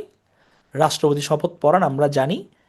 23 জন মোট সদস্য, এখানে নারী উপদেষ্টা 4 জন। প্রধান উপদেষ্টার অধীনে আছে 4টা মন্ত্রণালয়, মন্ত্রী পরিষদ, প্রতিরক্ষা, সশস্ত্র বাহিনী, জনপ্রশাসন। এখন প্রবাবলি 5টা মনে হয় উনি নিয়ে ফেলেছেন, এটা আমি ক্রস চেক করে দেখব। আর উনার রোহিঙ্গা সমস্যা এবং অগ্রাধিকার বিষয়াবলীর বিশেষ প্রতিনিধি, উনি নিরাপত্তা বিষয়ক উপদেষ্টা হচ্ছে ডক্টর খলিলুর রহমান। মানে উনি প্রধান উপদেষ্টার মূলত এই জিনিসগুলো, নিরাপত্তার ব্যাপারটা এগুলো সব উনি দেখাশোনা করেন। তো অন্তর্বর্তীকালীন সরকার আসার পর কিন্তু তারা কিছু সংস্কার কমিশন গঠন করছিল 11টা। ওনারা ডক্টর দেবপ্রিয় ভট্টাচার্যকে প্রধান করে একটা অর্থনৈতিক শ্বেতপত্র প্রণয়ন কমিটি গঠন করছে। মানে আর্থিক খাতের কি অবস্থা, কি কি দুর্নীতি হয়েছে সব কিছু মিলাই। তো দুর্ভাগ্যজনকভাবে হচ্ছে ওনারা খুব চমৎকার কিছু রিকমেন্ডেশন দিছিল, বাট ওগুলো আলোর মুখ দেখে নাই। এই যে শ্বেতপত্র প্রণয়ন কমিটি পরে তারা এটা নিয়ে খুব আফসোস করছে, হ্যাঁ, যে এটা হয় নাই। তো যাই হোক, আহ, সংস্কার কমিশন, তারপর হচ্ছে রাজনৈতিক দল সবারকে নিয়ে একটা ঐক্যমত্য কমিশন গঠন করা হয় যে হ্যাঁ এই হচ্ছে আমার সংস্কার, আসেন আমরা কথা বলি। হ্যাঁ, এটা হচ্ছে আমার ঐক্যমত্য কমিশন। প্রধান উপদেষ্টার নেতৃত্বে এটা হয়েছিল। মোহাম্মদ আবদুল্লাহ, তুমি কন্টিনিউ রিয়েক্ট দিয়ে যাচ্ছ, মানে মনোযোগ দিয়ে শুনো, রিয়েক্ট বার থেকে হাত সরাই।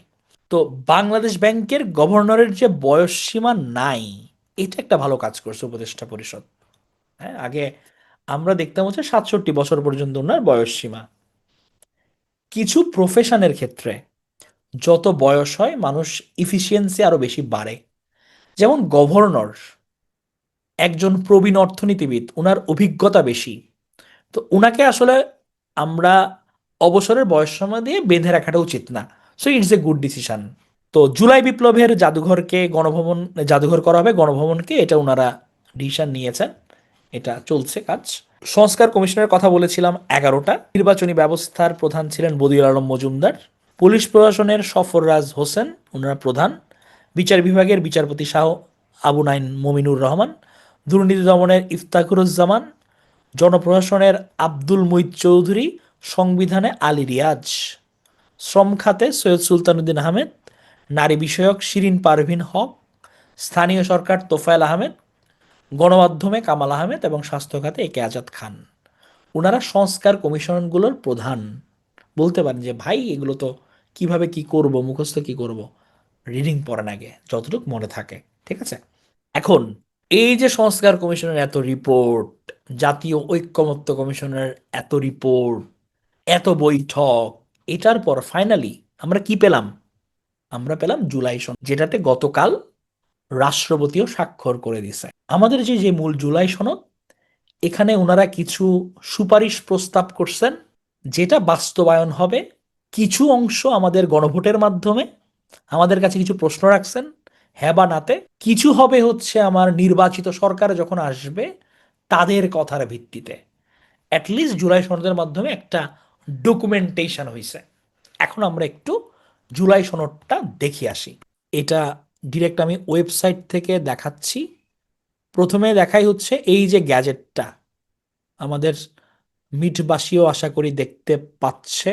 এটা হচ্ছে গ্যাজেটটা যেখানে স্বাক্ষর করছে, হ্যাঁ, এই যে শাহাবুদ্দিন রাষ্ট্রপতি, গণপ্রজাতন্ত্রী বাংলাদেশ, উনি স্বাক্ষর করছে 13 নভেম্বর 2025 বঙ্গাব্দ। কথাগুলো উনি এটাতে সাইন করেছেন। হ্যাঁ, মানে এখানে বলা হয়েছে যে, মানে এটা পড়ে নিবেন, আমি শেয়ার করে দিব যে কিভাবে আসছে, মানে এক্সপ্লেনেশন করতে হয় যে কোনো, আমরা যখন সনদ জারি হয় যে যে কোনো কিছুর, স্বাধীনতার ঘোষণাপত্র এই টাইপস, এখানে হচ্ছে আগে সিকোয়েন্স দিতে হয় যে কেন এটা আমি করতেছি। যেমন যেহেতু সুদীর্ঘ গণতান্ত্রিক সংগ্রামের ধারাবাহিকতায় বাংলাদেশে 2024 সালের জুলাই আগস্টে সংগঠিত ছাত্র জনতার সফল গণ অভ্যুত্থানের মাধ্যমে জনগণের সার্বভৌম ক্ষমতা অভিপ্রায়ের প্রকাশ ঘটিয়াছে। গণ অভ্যুত্থানের ফলে তৎকালীন ফ্যাসিবাদী সরকারের পতন ঘটে, এত তারিখে জাতীয় সংসদ ভাঙিয়া দেওয়া হয়, 8 আগস্ট 2024 তারিখে বর্তমান অন্তর্বর্তীকালীন সরকার গঠিত হয়, যাহা জাতীয় এবং আন্তর্জাতিক পর্যায়ে কার্যকারিতা এবং স্বীকৃতি লাভ করিয়াছে। হ্যাঁ, তাহলে এগুলো এক্সপ্লেন করে উনি সিগনেচার করছেন। এখন আমার জুলাই সনদ যেটা, এটার ডকুমেন্ট হচ্ছে 52টা, অনেক বড় ডকুমেন্ট। আমি অ্যাডভাইস করব একবার গো থ্রু করে যাবেন। হ্যাঁ, গো থ্রু করলে কিছুটা আইডিয়া হবে যে কি কি থাকতে পারে। হ্যাঁ, আমরা এখানে হচ্ছে ঐক্যমত্য কমিশন কিভাবে কি হয়েছে এগুলোর কিছু ব্যাকগ্রাউন্ড দিছে, কমিশন কিভাবে কাজ করছে, ওরা কিভাবে বসছে, এবং এরপর থেকে হচ্ছে তারা বিভিন্ন কি চেঞ্জ আসতে পারে এগুলো হচ্ছে বর্ণনা করছে। মানে চেঞ্জটা তারা করে দেয় নাই, এটা সুপারিশ, যখন সবাই একমত হবে গণভোট দিবে এবং পরবর্তী নির্বাচিত সরকার তাদের উপর ডিপেন্ড করছে। যেমন কিছু আমি অনুচ্ছেদ পড়ে শোনাই। যেমন প্রজাতন্ত্রের রাষ্ট্রভাষা হবে বাংলা, সংবিধানে বাংলাদেশের নাগরিকদের মাতৃভাষা হিসেবে ব্যবহৃত অন্যান্য সকল ভাষাকে দেশের প্রচলিত ভাষা হিসেবে স্বীকৃতি প্রদান করা হবে। খুবই সুন্দর। বাংলা ছাড়াও কিন্তু ক্ষুদ্র নৃগোষ্ঠীরা বিভিন্ন ভাষায় কথা বলে, তাদেরকেও স্বীকৃতি দিতে হবে। এটা ভাষা নিয়ে বলছে। আমরা 6-2 কি পড়েছিলাম? বাংলাদেশের জনগণ জাতি হিসেবে বাঙালি, নাগরিকগণ বাংলাদেশি বলিয়া পরিচিত হইবেন। এইটাকে রিপ্লেস করে বলা হচ্ছে যে বাংলাদেশের নাগরিকগণ বাংলাদেশি বলিয়া পরিচিত হইবেন, জাতি হিসেবে বাঙালি। ওই যে গত ক্লাসে বলেছিলাম যে জাতিসত্তার ব্যাপারটা নিয়ে কিন্তু প্রশ্ন উঠেছিল, ক্ষুদ্র নিগোষ্ঠীদের জাতিসত্তাকে তাহলে আমরা কি বলছি, ওই জিনিসটার একটা অবসানের চেষ্টা তারা করেছে। যদি এটা মেনে নেয়, হ্যাঁ, বাংলাদেশের নাগরিকগণ বাংলাদেশি বলিয়া পরিচিত হইবেন। তারপর আমাদের সংবিধান কিন্তু আমাদের জাতীয় সংসদ এক কক্ষ বিশিষ্ট না, যে একটাই রুম। এখানে বলা হয়েছে আমাদের দ্বিকক্ষের কথা, হ্যাঁ, যে 2 কক্ষ বিশিষ্ট হবে। এবং একটা প্রস্তাব দেওয়া হয়েছে কি, আমরা যেমন ইউএস এর মধ্যে দেখি 2 কক্ষের, হ্যাঁ, সংসদ ব্যবস্থা। এখানে বলা হয়েছে তোমার 300 আসন এখানে থাকুক, কোনো সমস্যা নাই, কিন্তু উচ্চ কক্ষের জন্য 100 আসন তোমরা দিবা। এখন এই 100 আসনে নির্বাচন কিভাবে হবে? এটা হবে পিয়ার পদ্ধতিতে। মানে যে দল যত পার্সেন্ট পাবে ওই পার্সেন্ট অনুযায়ী হচ্ছে গিয়ে পিয়ার সিস্টেমে ওই উচ্চকক্ষের মানুষজন নির্বাচিত হবে। 7-ক বলছে এগুলো বিলুপ্ত করতে হবে। মানে 7-ক ক্ষয় কি বলছিল যে সংবিধান যদি আমি পরিবর্তন করি, কোনো ধারা যদি বিলুপ্ত করি, এগুলো হচ্ছে অপরাধ। হ্যাঁ, এই জিনিসগুলোকে হচ্ছে তারা বিলুপ্ত করতে বলছে। এরকম করে হচ্ছে ওনারা অনেক কিছু রিকমেন্ডেশন দিছে। এটা একবার গো থ্রু করতে কষ্ট হবে, এটা আমি বুঝছি, বাট করলে একটা আইডিয়া হবে। হ্যাঁ, এখন এটাতে মুখস্থ করার কিছু নাই, আমরা পড়ব, কারণ এটা এখনো বাস্তবায়ন হয় নাই। হ্যাঁ, সো এখনকার যে সংবিধান এগুলো আমরা পড়বো, পাশাপাশি এটা সম্বন্ধে একটা আইডিয়া রাখবো। আর আমি সমকাল একটা পেপার কাটিং তারা প্রকাশ করছে এক নজরে দেখার জন্য, ওটা আমি শেয়ার করে দেবো গ্রুপে, ঠিক আছে? সো প্যারা হবে না। যেমন তত্ত্বাবধায়ক সরকার নিয়ে তারা অনেক কথা বলছে যে 90 দিন এটার মেয়াদ হবে, নতুন যখন সরকার ভেঙে যাবে, ভেঙে যাওয়ার 15 দিনের মধ্যে তত্ত্বাবধায়ক সরকার গঠন করতে হবে। এই যে দ্বিকক্ষ বিশিষ্ট আইনসভার কথা বলছিলাম, হ্যাঁ, এটা এখানে বলেছে ক্লিয়ার করে যে নিম্নকক্ষ জাতীয় সংসদ, উচ্চকক্ষ হচ্ছে সিনেট হবে, 5 বছর মেয়াদ, এগুলো হচ্ছে গিয়ে বলছে বিভিন্ন জায়গায়। এই যে প্রার্থী মনোনয়নের ক্ষেত্রে ন্যূনতম 10% নারী প্রার্থী মনোনয়ন দিবে, ইম্পর্টেন্ট একটা রিকমেন্ডেশন করে গেছে যে রাজনৈতিক দল যে মনোনয়ন দেয় তার মধ্যে 10% নারীদের মনোনয়ন দিতে হবে। এখন যদি এটা মানে আর কি, 3টা রাজনৈতিক দল অলরেডি নোট অফ ডিসেন্ট দিছে। নোট অফ ডিসেন্ট মানে কি, যে আমি এটা মানি না। হ্যাঁ, এটা দিছে। এরকম হচ্ছে তারা অনেকভাবে ইয়ে করছে। স্থায়ী কমিটির সভাপতি, এই যে ডেপুটি স্পিকার, আমরা কি দেখছিলাম যে এটা কিন্তু মানে সংখ্যাগরিষ্ঠ যারা ওরাই তো নির্বাচন করতেছে। এখানে বলা হয়েছে যে উভয় কক্ষে একজন করে ডেপুটি স্পিকার সরকার দলীয় সদস্য ছাড়া অপর সদস্যদের মধ্য থেকে মনোনীত করা হবে। মানে সরকারের বাইরে আমি একজনকে ডেপুটি স্পিকার দিব, এটা তারা বলে গেছে। এই যে ফ্লোর ক্রসিং, যেটা 70 নাম্বার, দলের বিরুদ্ধে ভোটদান, সংবিধানের অনুচ্ছেদ 70-এর বিদ্যমান বিধান পরিবর্তন করে এরূপ যুক্ত করা হবে যে জাতীয় সংসদের সদস্যগণ কেবল অর্থ বিল এবং আস্থা ভোট প্রদানের ক্ষেত্রে নিজ দলের প্রতি অনুগত থাকবেন, অন্য যে কোনো বিষয়ে তারা স্বাধীনভাবে ভোট দিতে পারবেন। তাহলে গত ক্লাসে যে কথাটা বলছিলাম এটার দেখি রিফ্লেকশন এখানে দেখা গেছে। গত ক্লাসে বলছিলাম যে একটা সিস্টেম ডেভেলপ করে এটা করতে হবে, পুরোপুরি বাদ দেওয়া যাবে না। ওনারা সিস্টেম রাখছে দুই জায়গায়। একটা হচ্ছে আমার অর্থ বিল, টাকা পয়সার ব্যাপার যেহেতু, এখানে নিজ দলের একটা ওপেন ডিসিশন আসা উচিত। আবার এমন যদি হয় যে নিজ দলের কাউকে হচ্ছে রাস্ট্রিগেট করা, সংশোধন মানে বাদ দেওয়া বা এরকম কোনো, অথবা কারো বিরুদ্ধে আস্থা ভোটের ব্যাপার আসতেছে, আস্থা রাখছি কিনা, এটার জন্য হচ্ছে গিয়ে আমার নিজ দলের প্রতি আনুগত্যটা থাকতে হবে এই দুইটার ক্ষেত্রে। ওকে। 10 বছর পর পর সীমানা পুনর্নির্ধারণ, তারপর আপিল বিভাগ থেকে প্রধান বিচারপতি নিয়োগ, হ্যাঁ, জ্যেষ্ঠতম বিচারপতিকে প্রধান বিচারপতি নিয়োগ, মানে রাষ্ট্রপতি নিজে নিয়োগ দান না করে বলছে যেটা, যে আপিল বিভাগে যে মোস্ট সিনিয়র থাকে তাকে তুমি নিযুক্ত করো প্রধান বিচারপতি। হুট করে আমার সিরিয়ালে 10 নাম্বার ব্যক্তি, সে আমার পছন্দের রাষ্ট্রপতির, তাকে আমি নিযুক্ত করলাম, এটা হবে না। যে মোস্ট সিনিয়র তাকে তুমি করো। হ্যাঁ, এগুলো হচ্ছে রেকমেন্ডেশন। হ্যাঁ, জুলাই সনদের ব্যাপারটা এখন সবাই যদি মানে, এই যে এখানে লেখা আছে কিন্তু, হ্যাঁ, সবাই যদি মানে তাহলে সেক্ষেত্রে এগুলা হবে, এগুলো কার্যকরী হবে এবং গণভোটেরও এখানে ব্যাপার আছে।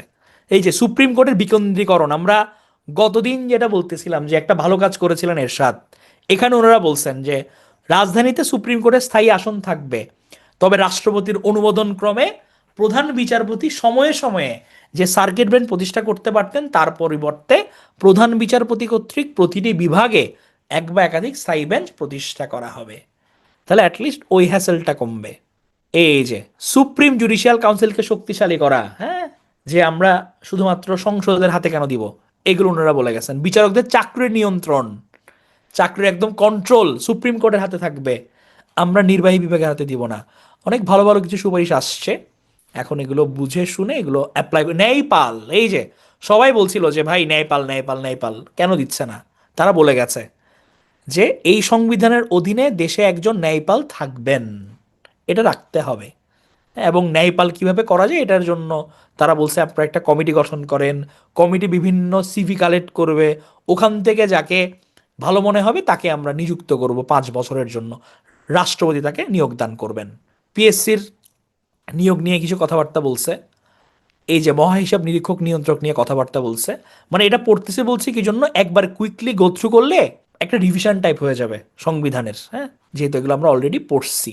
স্থানীয় সরকার প্রতিষ্ঠান সময়ের নির্বাচন, স্থানীয় সরকার প্রতিষ্ঠানের আর্থিক ব্যবস্থাপনা, কিভাবে করা হবে, নিজস্ব তহবিল সংগ্রহ কিভাবে তারা করবে, সীমানা নির্ধারণ, সুপ্রিম কোর্ট সচিবালয় প্রতিষ্ঠা, বিচার বিভাগের জনবল বৃদ্ধি, মানুষজন কম, হ্যাঁ, আমাদের আরও লয়ার লাগবে, এগুলো তারা বলে গেছেন।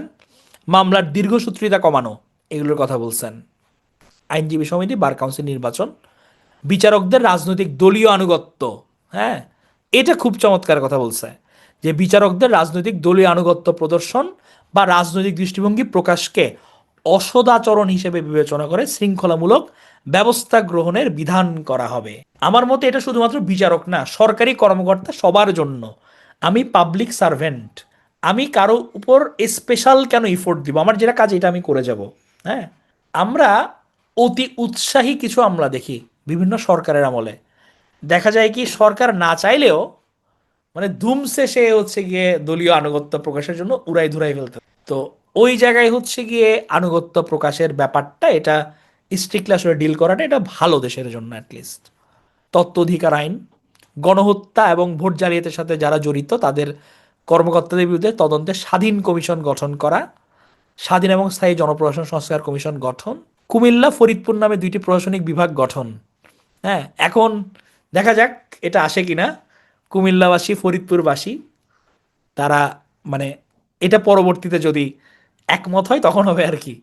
হ্যাঁ, কুমিল্লা এবং ফরিদপুর নামে, আবার নোয়াখালীর ব্যাপার তারা মেনশন করে নাই। আমি এই জায়গায় তীব্র প্রতিবাদ জানাচ্ছি, আমি নোয়াখালী মেডিকেলের স্টুডেন্ট ছিলাম। পুলিশ কমিশন গঠন করা বলছে, স্বাধীন পুলিশ কমিশন গঠন করতে বলছে। মানে পুলিশ নিয়ে অনেক কথাবার্তা বলছে। এই যে আমরা বৈধ উৎসবিহীন আয়কে বৈধ দানের চর্চা বন্ধ করা, ঘুষ নিচ্ছি, এটাকে আবার আমি জাস্টিফাই করতেছি, এইটা করা যাবে না। হ্যাঁ, দুর্নীতি নিয়ে অনেক কথাবার্তা এখানে বলা হয়েছে। জনপ্রতিনিধিদের সম্পদ এবং আয় ব্যয়ের তথ্য প্রকাশ করা, ডকুমেন্ট কে কি ইনকাম করতেছে এটা নিয়ে তোমরা ডকুমেন্ট আমাদের দেখাও। হ্যাঁ, বেসরকারি খাতের দুর্নীতিকে শাস্তির আওতায় আনা, যারা বেসরকারি এনজিও অথবা প্রাইভেট প্রতিষ্ঠান, এদের দুর্নীতিগুলো কাউন্ট করতে হবে। হ্যাঁ, ওপেন গভর্নমেন্ট পার্টনারশিপ নেওয়া।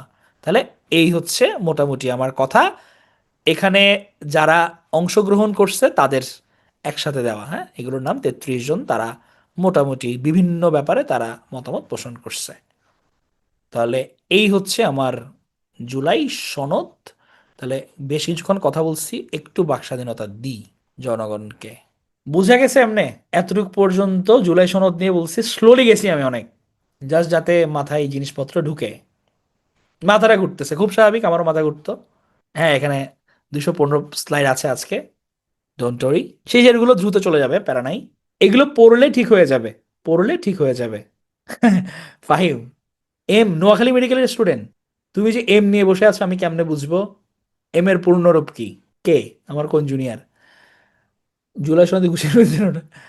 অনেকটা বোঝা গেছে, ওকে। আচ্ছা, ন্যায়পাল মানে হচ্ছে কি, যে আমার একটা পোস্ট, যে সরকারি কর্মচারীদের তদন্ত করবে। সরকারি কর্মচারীরা কোনো যদি দুর্নীতি করে তাহলে এটা নিয়ে সে তদন্ত করবে। এটা হচ্ছে ন্যায়পালের কাজ।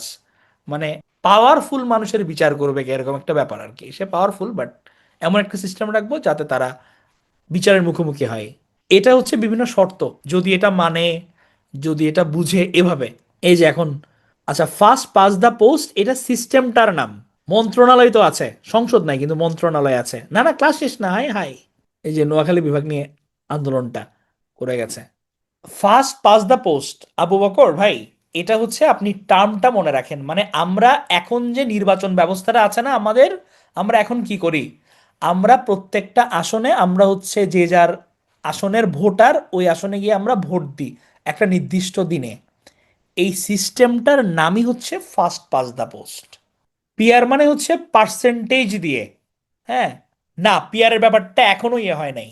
12টা সংস্কার কমিশন দেওয়া, না, এখানে মূলত 11টা হয়েছে। ওরা ঐক্যমত্য কমিশনকেও মনে হয় কাউন্ট করছে।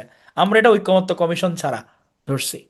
আচ্ছা, হ্যাঁ হ্যাঁ, বলবো, সবগুলো নিয়ে কথাবার্তা বলবো। এর আগে আমি কমেন্ট বক্সে একটু অফ করি। এখন যেটা দিছি এগুলো আপডেটেড স্লাইড, এটাই ফলো করবা। হ্যাঁ, ওয়েবসাইট ভিজিট করা যাবে। হ্যাঁ, এটা নিয়ে আমাদের কি প্রয়োজন কি প্রয়োজন না, এটা নিয়ে আসলে অনেক কথাবার্তা আছে। এটা আলাদা ব্যাপার, এখানে আমরা একাডেমিক কথাবার্তার মধ্যেই থাকছি আর কি। আমি রিক্যাপ করে দিব as a whole, go through করে তারপর। সচিব আর মন্ত্রীর মধ্যে পার্থক্য হচ্ছে, আমার মন্ত্রীরা হচ্ছে নির্বাহী প্রধান। আমার একটা মন্ত্রণালয়, ধরো আমি একটা অফিস খুললাম, আমার আন্ডারে অনেকগুলো লোকজনকে নিলাম। এখন আমি যেহেতু মালিক, আমি মাঝে মাঝে ঘুরতে আসি, মিটিং টিটিং করি, কিন্তু মূলত আমার কাজ করার জন্য আমি কিছু স্টাফ রাখছি। স্টাফের মধ্যে একজন প্রধান মানুষ আছে। তাহলে এই যে আমি স্টাফ রাখলাম, স্টাফদের একজন যে হেড, ও হচ্ছে আমার সচিব। ও মূলত কাজগুলো করছে, আর আমি অ্যাজ এ হোল আমি প্রধান, আমি এমডি। তাহলে মন্ত্রণালয়ের এরকম নির্বাহী প্রধান হচ্ছে মন্ত্রী, আর প্রশাসনিক প্রধান হচ্ছে আমাদের সচিব। এবার হচ্ছে একটু বিচার বিভাগে আসি। বিচার বিভাগটা পরে আমি কিছুক্ষণের জন্য ব্রেক দিব, 5 মিনিটের জন্য, এরপর আবার শুরু হবে। হ্যাঁ, বিচার বিভাগ। তাহলে বিচার বিভাগ কি করে? বিচার করে, সংবিধানের ব্যাখ্যা প্রদান করে তারা, ব্যক্তি স্বাধীনতা মানবাধিকার সংরক্ষণ করে। কোনো ব্যক্তির জবানবন্দি, কেউ যদি জবানবন্দি দেয়, স্বীকারোক্তি দেয়, এটা রেকর্ড করা হয় আইনের 164 নম্বর ধারায়। আদালতের যে রায়টা, এটাকে সরাসরি পাবলিক দলিল বলা হয়। বিচারপতির অপসারণের ক্ষমতা, একটা জিনিসে মনে রাখবো, সুপ্রিম জুডিশিয়াল কাউন্সিল, আর কিছু না। আর এটার প্রধানকে, প্রধান হচ্ছে প্রধান বিচারপতি, সুপ্রিম জুডিশিয়াল কাউন্সিলের। সুপ্রিম কোর্ট, এখন হচ্ছে অনেক রিক্যাপ আসবে, বাংলাদেশের সর্বোচ্চ আদালত হচ্ছে সুপ্রিম কোর্ট। এটা গঠিত হয় প্রধান বিচারপতি এবং অন্যান্য বিচারকদের নিয়ে। এবং অধস্তন আদালত যেগুলো, অর্থাৎ সুপ্রিম কোর্টের নিচে যারা আছে, বিভিন্ন আদালত, বিভিন্ন লোকাল, লোকাল বলতে বিভিন্ন জেলা ভিত্তিক জেলা, এই অধস্তন আদালতের বিচারকদের নিয়ন্ত্রণ এবং শৃঙ্খলার ক্ষমতা সুপ্রিম কোর্টে অর্পণ করা হয়েছে। সুপ্রিম কোর্টের দুইটা ভাগের কথা বলছিলাম, আপিল বিভাগ আর হচ্ছে হাইকোর্ট বিভাগ। তাহলে নামে যদিও হাই কোর্টে হাই আছে, কিন্তু এরা হাই না। এই দুইটার মধ্যে মূলত প্রধান হচ্ছে আপিল বিভাগ, সেকেন্ডে হচ্ছে হাইকোর্ট। হ্যাঁ, তাহলে আপিল বিভাগ মেইন, তারপর হচ্ছে হাইকোর্ট। আপিল বিভাগের কাজ কি? তাহলে ওরা যেহেতু টপে আছে সবার, তাহলে ওরা সরাসরি কিছু শুনে না। হাইকোর্ট বিভাগে যদি কোনো মামলা চলে, ওরা যদি কোনো রায় দেয়, ওই রায়ের বিরুদ্ধে যদি আপিল করে, ধরেন হচ্ছে আপনি একটা মামলা করলেন হাইকোর্ট বিভাগে, হাইকোর্ট বিভাগে একটা রায় দিল, ওই রায়টা আপনার পছন্দ হলো না, আপনি এটার বিরুদ্ধে মামলা করতে পারবেন এই রায়ের বিরুদ্ধে আপিল বিভাগে। তখন হাইকোর্ট বিভাগ গিয়ে এটা শুনবে। হ্যাঁ, হাইকোর্ট বিভাগের রায় ডিক্রি দণ্ডাদেশের বিরুদ্ধে আপিল গ্রহণ করে শুনানির ব্যবস্থা করতে পারে। রাষ্ট্রপতি যদি কোনো আইনের ব্যাখ্যা চায়, তখন আপিল বিভাগ এ বিষয়ে রাষ্ট্রপতিকে পরামর্শ দিয়ে থাকে। কোনো ব্যক্তিকে আদালতের সামনে হাজির হতে এবং দলিলপত্র পেশ করতে আদেশ জারি করতে পারে। আপিল বিভাগ যেহেতু, ওরা যদি কোনো আদেশ জারি করে, আমাকে আসতে হবে, I am bound to come, অবশ্য পালনীয় সকল আদালতের জন্য। হাইকোর্ট, হাইকোর্ট বিভাগ হচ্ছে নিম্ন বিভাগ, অন্যান্য বিচারপতিদের সমন্বয়ে এটা গঠিত হয়। উচ্চ বিভাগ হচ্ছে আপিল বিভাগ। আমরা দেখছিলাম না 102 নম্বর অনুচ্ছেদ রিট আমরা করতে পারি। হ্যাঁ, মূল মামলা, আপিল, রিভিশন, মানে মেইন মামলাটা আমরা করব হাইকোর্টে।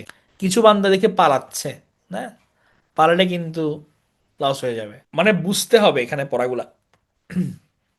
হাইকোর্ট বিভাগ কি করে? মূল বিচার কাজ পর্যালোচনার তারা ক্ষমতা রাখে এবং দেওয়ানি ফৌজদারি দুইটা বিষয়ে তারা আপিল শুনানি করতে পারে। হাইকোর্ট বিভাগের ক্ষমতা কাজ হচ্ছে নাগরিকদের মৌলিক অধিকার রক্ষার জন্য নিষেধাজ্ঞা জারি করতে পারে তারা। যে কোনো সংবিধানের ব্যাখ্যাজনিত জটিলতা হলে তারা এটা সলভ করে দেয়, কার্যবিধি প্রণয়ন এবং পরিচালনা করে। এটাও বেসিক ভিউ থেকে একটা চার্ট নেওয়া। এটা সুপ্রিম কোর্ট আর নিম্ন আদালত এগুলো দেখাইছি আমরা। সুপ্রিম কোর্ট দুই ভাগে ভাগ, আপিল বিভাগ, হাইকোর্ট বিভাগ। নিম্ন আদালত হচ্ছে গিয়ে দেওয়ানি আদালত এবং ফৌজদারি আদালত। হ্যাঁ, দেওয়ানির মধ্যে জেলা জজ, অতিরিক্ত জেলা জজ, বিভিন্ন টাইপ আছে, মুখস্থ করতে হবে না, জাস্ট একবার দেখা। বর্তমানে আমাদের যে আপিল বিভাগ আছে, আপিল বিভাগে 7 জন বিচারক আছে। এগুলো চেঞ্জ হয় কারণ সরকার বিভিন্ন সময় বিভিন্ন মানুষকে রিক্রুট করতে পারে। তো এইটা চেক করে নিতে হবে এখান থেকে, ওয়েবসাইট আমি লিঙ্কটা দিয়ে দিয়েছি। প্রধান বিচারপতিকে আমরা জানি সৈয়দ রেফাত আহমেদ, 25তম বিচারপতি। উনার যে বাসভবনটা, এটা কিন্তু পুরাকীর্তি হিসেবে ঘোষণা করা হয়েছে, সংরক্ষিত। গণভবনকে যেরকম জাতীয় জাদুঘরে পরিণত করা হচ্ছে, তেমনি এটাকে পুরাকীর্তি হিসেবে সংরক্ষণ করা হচ্ছে। বিচারক হওয়ার যোগ্যতা, এটা গত ক্লাসে পড়ে আসছি, বলছি না। এগুলো সেম, অভিভাবক, ব্যাখ্যাকারক, supreme court, court of record, supreme court, শপথ পরাণকে রিপিট পড়াশোনা। প্রধান বিচারপতি এস এম সায়েম, আমরা এটা পড়ে আসছি। আপিল বিভাগের প্রথম নারী বিচারপতি নাজমুনারা সুলতানা। এটা নতুন, হ্যাঁ, প্রথম নারী বিচারপতি ছিলেন নাজমুনারা সুলতানা। এখন আমাদের যে অধস্থন বিচার বিভাগ, আমরা আপিল বিভাগ, হাইকোর্ট এগুলো ছাড়া অধস্থন বিচার বিভাগে আমাদের আছে দেওয়ানি এবং ফৌজদারি আদালত। হোয়াট ইজ দেওয়ানি? জমি জমা সম্পদ নিয়ে যে গ্যাঞ্জাম, এটাকে বলা হচ্ছে দেওয়ানি। তাহলে দেওয়ানি মামলা বলতে আমরা জমি জমা সংক্রান্ত মামলাকে বুঝি। এছাড়া পদবি, ক্ষতিপূরণ, ঋণ নিয়ে গ্যাঞ্জাম, এগুলো নিয়ে এই মামলার রায়কে পাবলিক দলিল বলা হয়। এটা নিয়ে একটা দেউলিয়া আইন আছে যেটা পাশ হয়েছিল 97-এ। ফৌজদারি, মারামারি, খুন খারাপি, এগুলো হচ্ছে ফৌজদারি আদালত। হ্যাঁ, তাহলে বাঁশ নিয়ে, টেডা নিয়ে কারা মারামারি করছে, আমি আর স্পেশালি বলছি না, এটা কোথাকার ছবি। ওই জায়গার মানুষ থাকলে ক্ষমা হয়ে গেছে, ভুল ভুল হয়ে গেছে, মাফ করে দিন, আগেই সরি বলে নিচ্ছি। হ্যাঁ, সাব্বির আছে নাকি? হাত তুলছে সাব্বির। তাহলে ফৌজদারি মামলা বলতে অপরাধ সংক্রান্ত মামলাকে বোঝাই, মারামারি, চুরি, ডাকাতি, এগুলা। দুই ধরনের, একটা হচ্ছে দায়রা জজ আদালত আর একটা হচ্ছে ম্যাজিস্ট্রেট আদালত। দুই ধরনের আদালত আছে ফৌজদারি আদালতে। দায়রা জজ আদালত, এখানের মধ্যে রাষ্ট্রহিত মামলার বিচার হয় না, মানে রাষ্ট্রদ্রোহিতার জন্য কোনো বিচার করা হয় না। 3টা পার্বত্য জেলায় দায়রা জজ আদালত চালু হয়েছে 2008 সালে। এগুলো কুইকলি রিক পড়ে যেতে হবে, কিছু জিনিস আমি মার্ক করে দিব, এগুলো ভালো করে দেখব। যেমন ফৌজদারি দণ্ডবিধি, হ্যাঁ, এই যে আমার খুন খারাপি, মারামারি, এটা আমাদের যে আইনটা ফলো করে করা হয়, এটা 1898 সালের আইন। হ্যাঁ, এইটা আমরা ফলো করি। 144 ধারা আমরা সবাই জানি যে বেরোতে পারবা না, বিধিনিষেধ আরোপ। আমরা পুলিশ, আমরা থানায় গেলে এফআইআর এর কথা বলে না, আমরা বিভিন্ন মুভিতেও শুনি। এফআইআর এর পূর্ণরূপ হচ্ছে first information report, FIR. Parole, আমরা দেখি নিউজে যে প্যারোলে মুক্তি, এটা হচ্ছে নির্বাহী আদেশে মুক্তি। আমার যদি অথরিটি আমাকে ছাড়ে, এখন প্যারোল অনেক দিনের জন্য হতে পারে, প্যারোল কম সময়ের জন্য হতে পারে। যদি একজন গ্রেফতার হলো বাট তার বিয়ে ঠিক হয়ে আছে, এখন জেলার মনে করলো যে, বা আদালত মনে করলো তাকে বিয়ের জন্য আমি 2টা দিন ছুটি দিই, তাহলে সে প্যারোলে মুক্তি পাবে। এটা হচ্ছে নির্বাহী আদেশে মুক্তি। আমাদের দ্রুত বিচার আইন আছে। দ্রুত বিচার আইন এটা প্রবর্তিত হয়েছিল 2002 সালে। পারিবারিক আদালত, স্বামী স্ত্রীর দ্বন্দ্ব নিয়ে যেটা গ্যাঞ্জাম, পারিবারিক আদালত মূলত গঠিত হয় হচ্ছে মুসলিম পারিবারিক আইন অনুসারে। এবং পারিবারিক আদালত অর্ডিন্যান্স জারি হয় 1985-তে। 5টা বিষয় এরা নিষ্পত্তি করে: বিবাহ বিচ্ছেদ, দাম্পত্য অধিকার পুনরুদ্ধার, দেনমোহর, ভরণ পোষণ, অভিভাবকত্ব। এই 5টা নিয়ে পারিবারিক বিষয় ডিল করে পারিবারিক আদালত। আমাদের পরিবেশ আদালত আছে ঢাকা, চট্টগ্রাম, সিলেটে। শ্রম আদালত আছে, লেবার ল খুবই স্ট্রং। শ্রমিকরা যদি বঞ্চনা ফিল করে তারা কিন্তু এখানে চাইলে মামলা করতে পারে শ্রম আদালতে। এবং লেবার ল কিন্তু খুবই স্ট্রং। হ্যাঁ, তো শ্রম আদালত আমাদের গ্যাজেটে, সরকারি গ্যাজেট যেটা, ওখানে এখনো 13টা দেওয়া, বাট বিভিন্ন পেপারে ডকুমেন্টে চলে আসছে 14টা। এই কারণে 2টাই মনে রাখতে পারি আমরা, 3জন এখানে সদস্য থাকে। দ্রুত বিচার ট্রাইব্যুনাল আছে, যে কোনো যেগুলো চাঞ্চল্যকর হত্যা, ধর্ষণ, যেগুলোর ইমার্জেন্সি সলভ করতে হবে, এগুলোর জন্য দ্রুত বিচার ট্রাইব্যুনাল আছে। মোবাইল কোর্টের কথা আমরা সবাই জানি। মোবাইল কোর্ট আমরা দেখি বিভিন্ন সময় বিভিন্ন জনকে ধরে জরিমানা করে। নির্বাহী ম্যাজিস্ট্রেট হচ্ছে এটার বিচারক। অ্যাডমিন ক্যাডারে যারা যাবে তারা হয়তো একসময় এই দায়িত্বটা পালন করতে হবে। নির্বাহী ম্যাজিস্ট্রেট হিসেবে মোবাইল কোর্টে ডিউটি পড়ে যেতে পারে। একজন ম্যাজিস্ট্রেট এখানে সর্বোচ্চ 2 বছর পর্যন্ত কিন্তু কারাদণ্ড দিতে পারেন। হ্যাঁ, পাওয়ার কিন্তু খুব কমও না, 2 বছর কারাদণ্ড দিতে পারে। মানবতা বিরোধী অপরাধ ট্রাইব্যুনাল এখন যেটাতে বিচার হচ্ছে, এটা মূলত 1973 সালের আন্তর্জাতিক অপরাধ ট্রাইব্যুনাল অ্যাক্ট এবং জাতিসংঘের একটা রোম বিধি আছে 98-এর, এটা অনুসারে গঠিত হয়। এটা মূলত গঠন করা হয়েছিল যুদ্ধাপরাধীদের বিচার করার জন্য। বর্তমানে এখানে জুলাই বিপ্লবের গণহত্যার বিচার চলছে। বর্তমান চেয়ারম্যান গোলাম মর্তুজা মজুমদার, সদস্য টোটাল 3জন, চেয়ারম্যান ছাড়া আর 2জন বিচারক আছে, শফিউল আলম মাহমুদ আর মহিদুল হক এনাম চৌধুরী। চিফ প্রসিকিউটর অর্থাৎ রাষ্ট্রের পক্ষে এখানে লড়ছেন অ্যাডভোকেট তাজুল ইসলাম। শেখ হাসিনার বিরুদ্ধে এখানে মামলা করা হয়েছে 14 আগস্ট 2024-এ। বিচার কার্য শুরু হয় 17 অক্টোবর। এই দিন শেখ হাসিনার বিরুদ্ধে গ্রেফতারি পরোয়ানা জারি করা হয়। এবং আন্তর্জাতিক অপরাধ ট্রাইব্যুনালের যে তদন্ত সংস্থা, তারা শেখ হাসিনাকে মানবতা বিরোধী অপরাধের ঘোষণাদাতা বলে 12ই মে 2025-এ। এবং বলা হয়েছে যে কোনো রাজনৈতিক দল যদি মানবতা বিরোধী অপরাধ করে সে দলকে 10 বছর পর্যন্ত নিষিদ্ধ করতে হবে। এটা একটা প্রস্তাব তারা করছে। ফৌজদারি দণ্ডবিধি, পুলিশ চাইলে বিনা ওয়ারেন্টে গ্রেফতার করতে পারে। এটা হচ্ছে ফৌজদারি দণ্ডবিধি। 9টা বিশেষ শ্রেণীর অপরাধীদের গ্রেফতার করতে পারে পুলিশ 54 ধারার অধীনে। জুডিশিয়াল সার্ভিস কমিশন আছে একটা, এটা হচ্ছে বর্তমান চেয়ারম্যান বিচারপতি জুবাইর রহমান চৌধুরী। এগুলো রিডিং। বিচারকদের প্রশিক্ষণের জন্য জুডিশিয়াল অ্যাডমিনিস্ট্রেশন ট্রেনিং ইনস্টিটিউট আছে। বাংলাদেশ বার কাউন্সিল, হ্যাঁ, এইটা অ্যাটর্নি জেনারেল হচ্ছে এটার প্রধান, এটা মনে রাখবো। আর আইনজীবী হওয়ার সর্বনিম্ন বয়স কত? 21 বছর হলে আমরা লয়ার হতে পারি, এই চান্সটা আছে।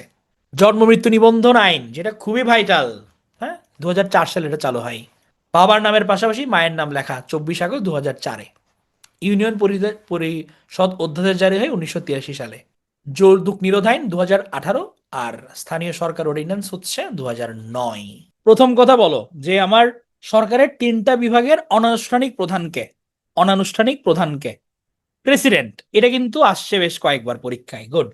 আমাদের বর্তমান যে সংসদ ভবন, এটা কার্যক্রম শুরু হয় কত সাল থেকে? 1982 থেকে। Very good. তাহলে এই যে সিম্পল পারছো। জাতীয় সংসদের সভাপতিকে, জাতীয় সংসদের সভাপতি, সভাপতি বলছে কিন্তু, হ্যাঁ, অভিভাবক বলি নাই। তাহলে স্পিকার। তাহলে জাতীয় সংসদের সভাপতি হচ্ছে স্পিকার, সংসদ নেতা হচ্ছে পিএম। তাহলে জাতীয় সংসদের সভাপতিকে স্পিকার। এটা পার্থক্য হচ্ছে জাস্ট প্রেসিডেন্সিয়ালে প্রেসিডেন্ট প্রধান, সংসদীয়তে প্রধানমন্ত্রী প্রধান। এইটা আমাদের জাতীয় সংসদের 1 নম্বর আসন কোথায়? পঞ্চগড়ে। গুড। সরকারি দলের মুখপাত্র বা দলীয় মুখপাত্র যে দলীয় শৃঙ্খলা রক্ষা করে তার নাম কি? হুইপ। হুইপ হচ্ছে আমার দলীয় শৃঙ্খলা রক্ষা করবে। গুড। আমাদের সংসদে স্থায়ী কমিটি আছে কয়টা? সংসদে স্থায়ী কমিটি কয়টা? মানে পুরো 50টা, টোটাল 50টা, তার মধ্যে সংসদীয় কমিটি 11 আর মন্ত্রণালয় সম্পর্কিত হচ্ছে 39। ধরো টাকা পয়সা, জাতীয় অর্থ, এগুলোর নিয়ন্ত্রক এবং অভিভাবককে, আহা, অভিভাবক পিএম, জাতীয় সংসদ। জাতীয় অর্থ নিয়ন্ত্রক, অভিভাবক, কর আরোপ গ্রহণ, সবগুলোরই হচ্ছে সংসদ, পার্লামেন্ট। সমস্যা নেই, এগুলো যখন আরেকবার গো থ্রু করবে এগুলো মাথায় সব যা আসবে। প্রত্যেক ব্যাচই এটা চ্যালেঞ্জ ফেস করে শুরুতে, পরে ঠিক হয়ে যায়। তো তোমরাও পারবা, টেনশনের কিছু নাই। যা শুনো, মন্ত্রণালয়ের নির্বাহী প্রধান মন্ত্রী হইলে মন্ত্রণালয়ের প্রশাসনিক প্রধানকে সচিব। গুড। আমাদের বাংলাদেশে যে ওয়ারেন্ট অফ প্রেসিডেন্স আছে, পদমর্যাদা, কয়টা পদের জন্য আছে? 25টা পদ, 25টা পদের জন্য আছে। বাংলাদেশে নিয়মতান্ত্রিক শাসন প্রধানকে প্রেসিডেন্ট, যারা পিএম বলছো, নিয়মতান্ত্রিক শাসন প্রধান প্রেসিডেন্ট। বাট যদি বলে সংসদীয় সরকার ব্যবস্থায় সরকার প্রধান, তখন হচ্ছে গিয়ে পিএম। আমাদের প্রথম অন্তর্বর্তীকালীন সরকার গঠিত হয় কত সালে? 1990। Very good. অনানুষ্ঠানিক প্রধান বললে হচ্ছে প্রেসিডেন্ট। আচ্ছা, তোমাদের ডক্টর মোহাম্মদ ইউনূসের হাতে হচ্ছে উনার 5টা মন্ত্রণালয় এখন। উনি মানে মন্ত্রণালয় কখনো হচ্ছে ধরো অ্যাড হয়, কখনো আবার অন্য জনের কাছে হাতে যায়। তো আমাদের বইয়ে হয়তো 6টা আছে, তখন 6টা ছিল, বাট এখন হচ্ছে 5টা। এই জিনিসগুলো সবসময় টুক করে ওয়েবসাইটে দেখে নিলা হয়, হ্যাঁ। তাহলে 5টা মিনিস্ট্রি আছে ওনার হাতে, আমি এটা ঠিক করে দিছি। আনুষ্ঠানিক ব্যাপারটা ওরকম না, অনানুষ্ঠানিক বলা হয়েছে হচ্ছে অ্যাজ এ হোল। আর আনুষ্ঠানিক বলতে যদি আসে তোমার সংসদীয় সরকার ব্যবস্থা, সরকার প্রধান এরকম ধরনের, তখন হচ্ছে গিয়ে তুমি বলতে পারবা। জুলাই সনদ হচ্ছে একবার জাস্ট রিডিং পড়ে যাব, হ্যাঁ অবশ্যই দাগানো স্লাইড দিব। তাহলে এই যে প্রশ্নগুলো ধরছি না, এগুলোই আসে, এগুলোই আসে। না না সাব্বির, আমি 46 এর রিটেনেই দিচ্ছি না আমি আর প্রিলি কি।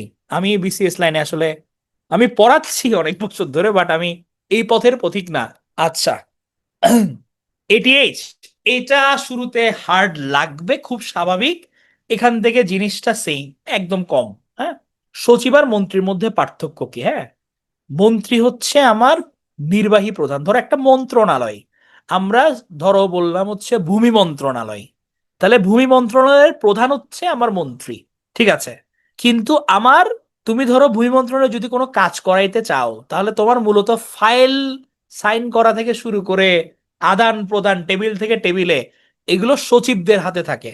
এই কারণে বলা হয় সচিবরা হচ্ছে তোমার হচ্ছে প্রধান, প্রশাসনিক প্রধান। পিএম আর প্রেসিডেন্ট নিয়ে প্যাচ লাগে, হ্যাঁ এটা এটা স্বাভাবিক। এখন হচ্ছে তোমরা এটা লিখে পড়বা, তাহলে হয়ে যাবে। আইপ্যাড, হতাশ হলে হবে না। না না না না না, বিসিএস বাদ দেয়া যাবে না। কি বাদ দিবে? না না না না, শেষ না, শেষ না। স্লাইডে যেটা আছে এটাই, স্লাইডে যেটা আছে এটাই আবির, স্লাইডে যেটা আছে এটাই। তাহলে আমি, এই যে তোমরা পারতেছো, হ্যাঁ এখন আমি বাকস্বাধীনতা হরণ করি, ব্রেকও দিছি। তাহলে হচ্ছে আমরা এখন একটু মনোযোগ দিয়ে শুনবো, সামনে আরো গুরুত্বপূর্ণ জিনিস আসতেছে। হ্যাঁ, একটু চাপ মাঝে মাঝে নিতে হয়, আমি কি সবসময় চাপ দিই? দিই না তো।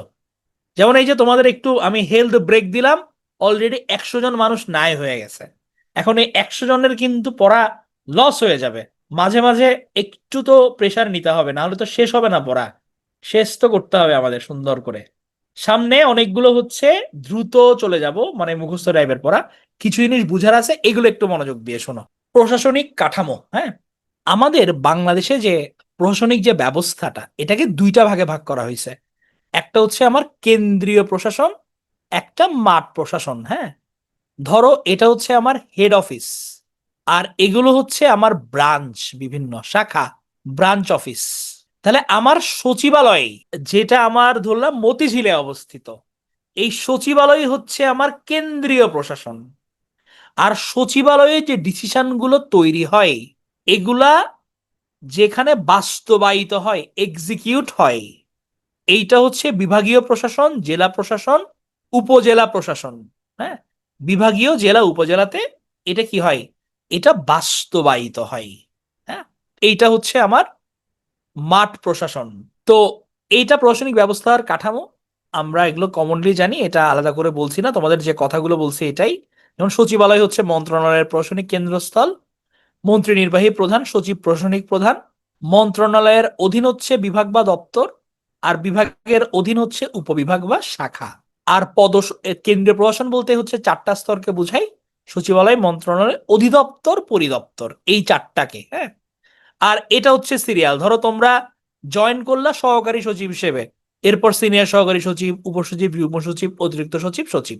এরা হচ্ছে সবাই কি, এরা হচ্ছে তোমার সিলেক্টেড, মানে ক্যাডার সার্ভিসের লোকজন। আর এরা হচ্ছে আবার ইলেক্টেড, মন্ত্রী, প্রতিমন্ত্রী, উপমন্ত্রী। হ্যাঁ, এটা হচ্ছে কেন্দ্রীয় প্রশাসনের, তুমি সিরিয়াল যদি বলি, হায়ারার্কি বলি, এইটা। তাহলে আমার সচিবালয় এবং মন্ত্রণালয়, বাংলাদেশ সরকারের প্রশাসনিক সদর দপ্তর হচ্ছে, এবং মন্ত্রণালয় যেগুলো আছে এগুলোকে যৌথভাবে আমরা সচিবালয় বলি। হ্যাঁ, সচিবালয় গঠিত হয় মন্ত্রণালয়ের সমন্বয়ে। এটা সামগ্রিক যে প্রশাসন ব্যবস্থা, এটা স্নায়ু কেন্দ্র। কারণ আমার যত ডিসিশন আছে সবগুলো কিন্তু সচিবালয়ে নেওয়া হয়, সবগুলো সচিবরা নেই, মন্ত্রীরা বসে নেয় কোথায়, তারা সচিবালয়ের মধ্যে বসে নেয়। হ্যাঁ, সকল সিদ্ধান্ত। এই কারণে বলা হয় আমাদের প্রশাসন হচ্ছে এক কেন্দ্রিক প্রশাসন, এবং সচিবালয় হচ্ছে এটার প্রাণ কেন্দ্র। এক কেন্দ্রিক মানে সচিবালয় কেন্দ্রিক সব ডিসিশন হয়।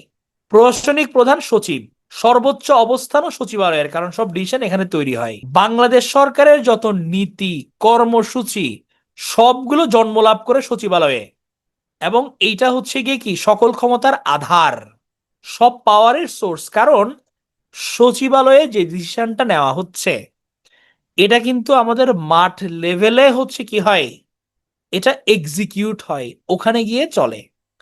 চারটা সচিবালয় আছে আমাদের। বাংলাদেশ সচিবালয় হচ্ছে প্রধান সচিবালয়, এরপর জাতীয় সংসদ, নির্বাচন কমিশন, কর্ম কমিশন, টোটাল চারটা সচিবালয় আমাদের।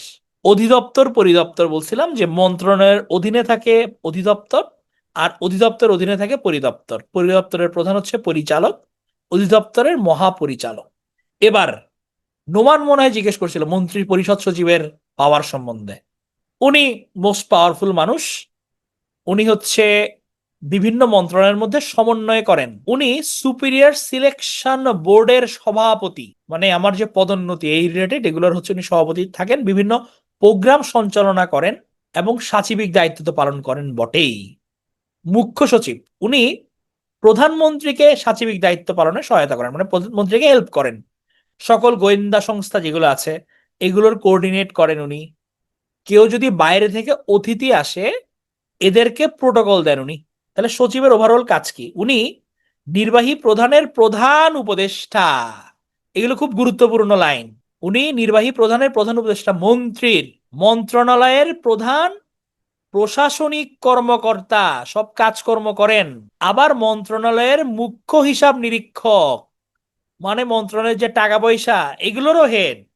তাহলে নির্বাহী প্রধান হতে পারে মন্ত্রী, কিন্তু আমার নির্বাহী প্রধানের প্রধান উপদেষ্টা, প্রধান প্রশাসনিক কর্মকর্তা, মুখ্য হিসাব নিরীক্ষক, সবগুলো দায়িত্ব পালন করেন সচিব। তো এই যেগুলো বললাম এগুলাই এখানে আবার আছে। তো আচ্ছা, এই স্লাইডটা একটু আগে পরে হয়ে গেছে, তারাও। তাহলে জাতীয় জনসেবা দিবস এটা হচ্ছে আমাদের 23শে জুলাই, আর আন্তর্জাতিক জনসেবা দিবস হচ্ছে 23শে জুন। যে তোমরা ক্যাডার হবা, বিভিন্ন প্রোগ্রাম সম্বন্ধে জানা উচিত। পিএসসি, তোমাদের পিএসসি এটা কত সালে তৈরি হয়? 1972 সালে। এটাতে নিয়োগ দেওয়া শুরু হয় 1973-এ। শেখ মুজিবুর রহমান এটার প্রতিষ্ঠাতা। বর্তমানে ক্যাডার কয়টা? 26টা ক্যাডার। আর সরকারি কর্ম কমিশন এটা নাম হয় কিন্তু 1977-এ। এটা 137 নম্বর অনুচ্ছেদ অনুযায়ী প্রতিষ্ঠা হয়। এদের পদমর্যাদা আপিল বিভাগের যে বিচারপতি আছে এদের সমান। আগারগাঁও এর অবস্থিত পিএসসি।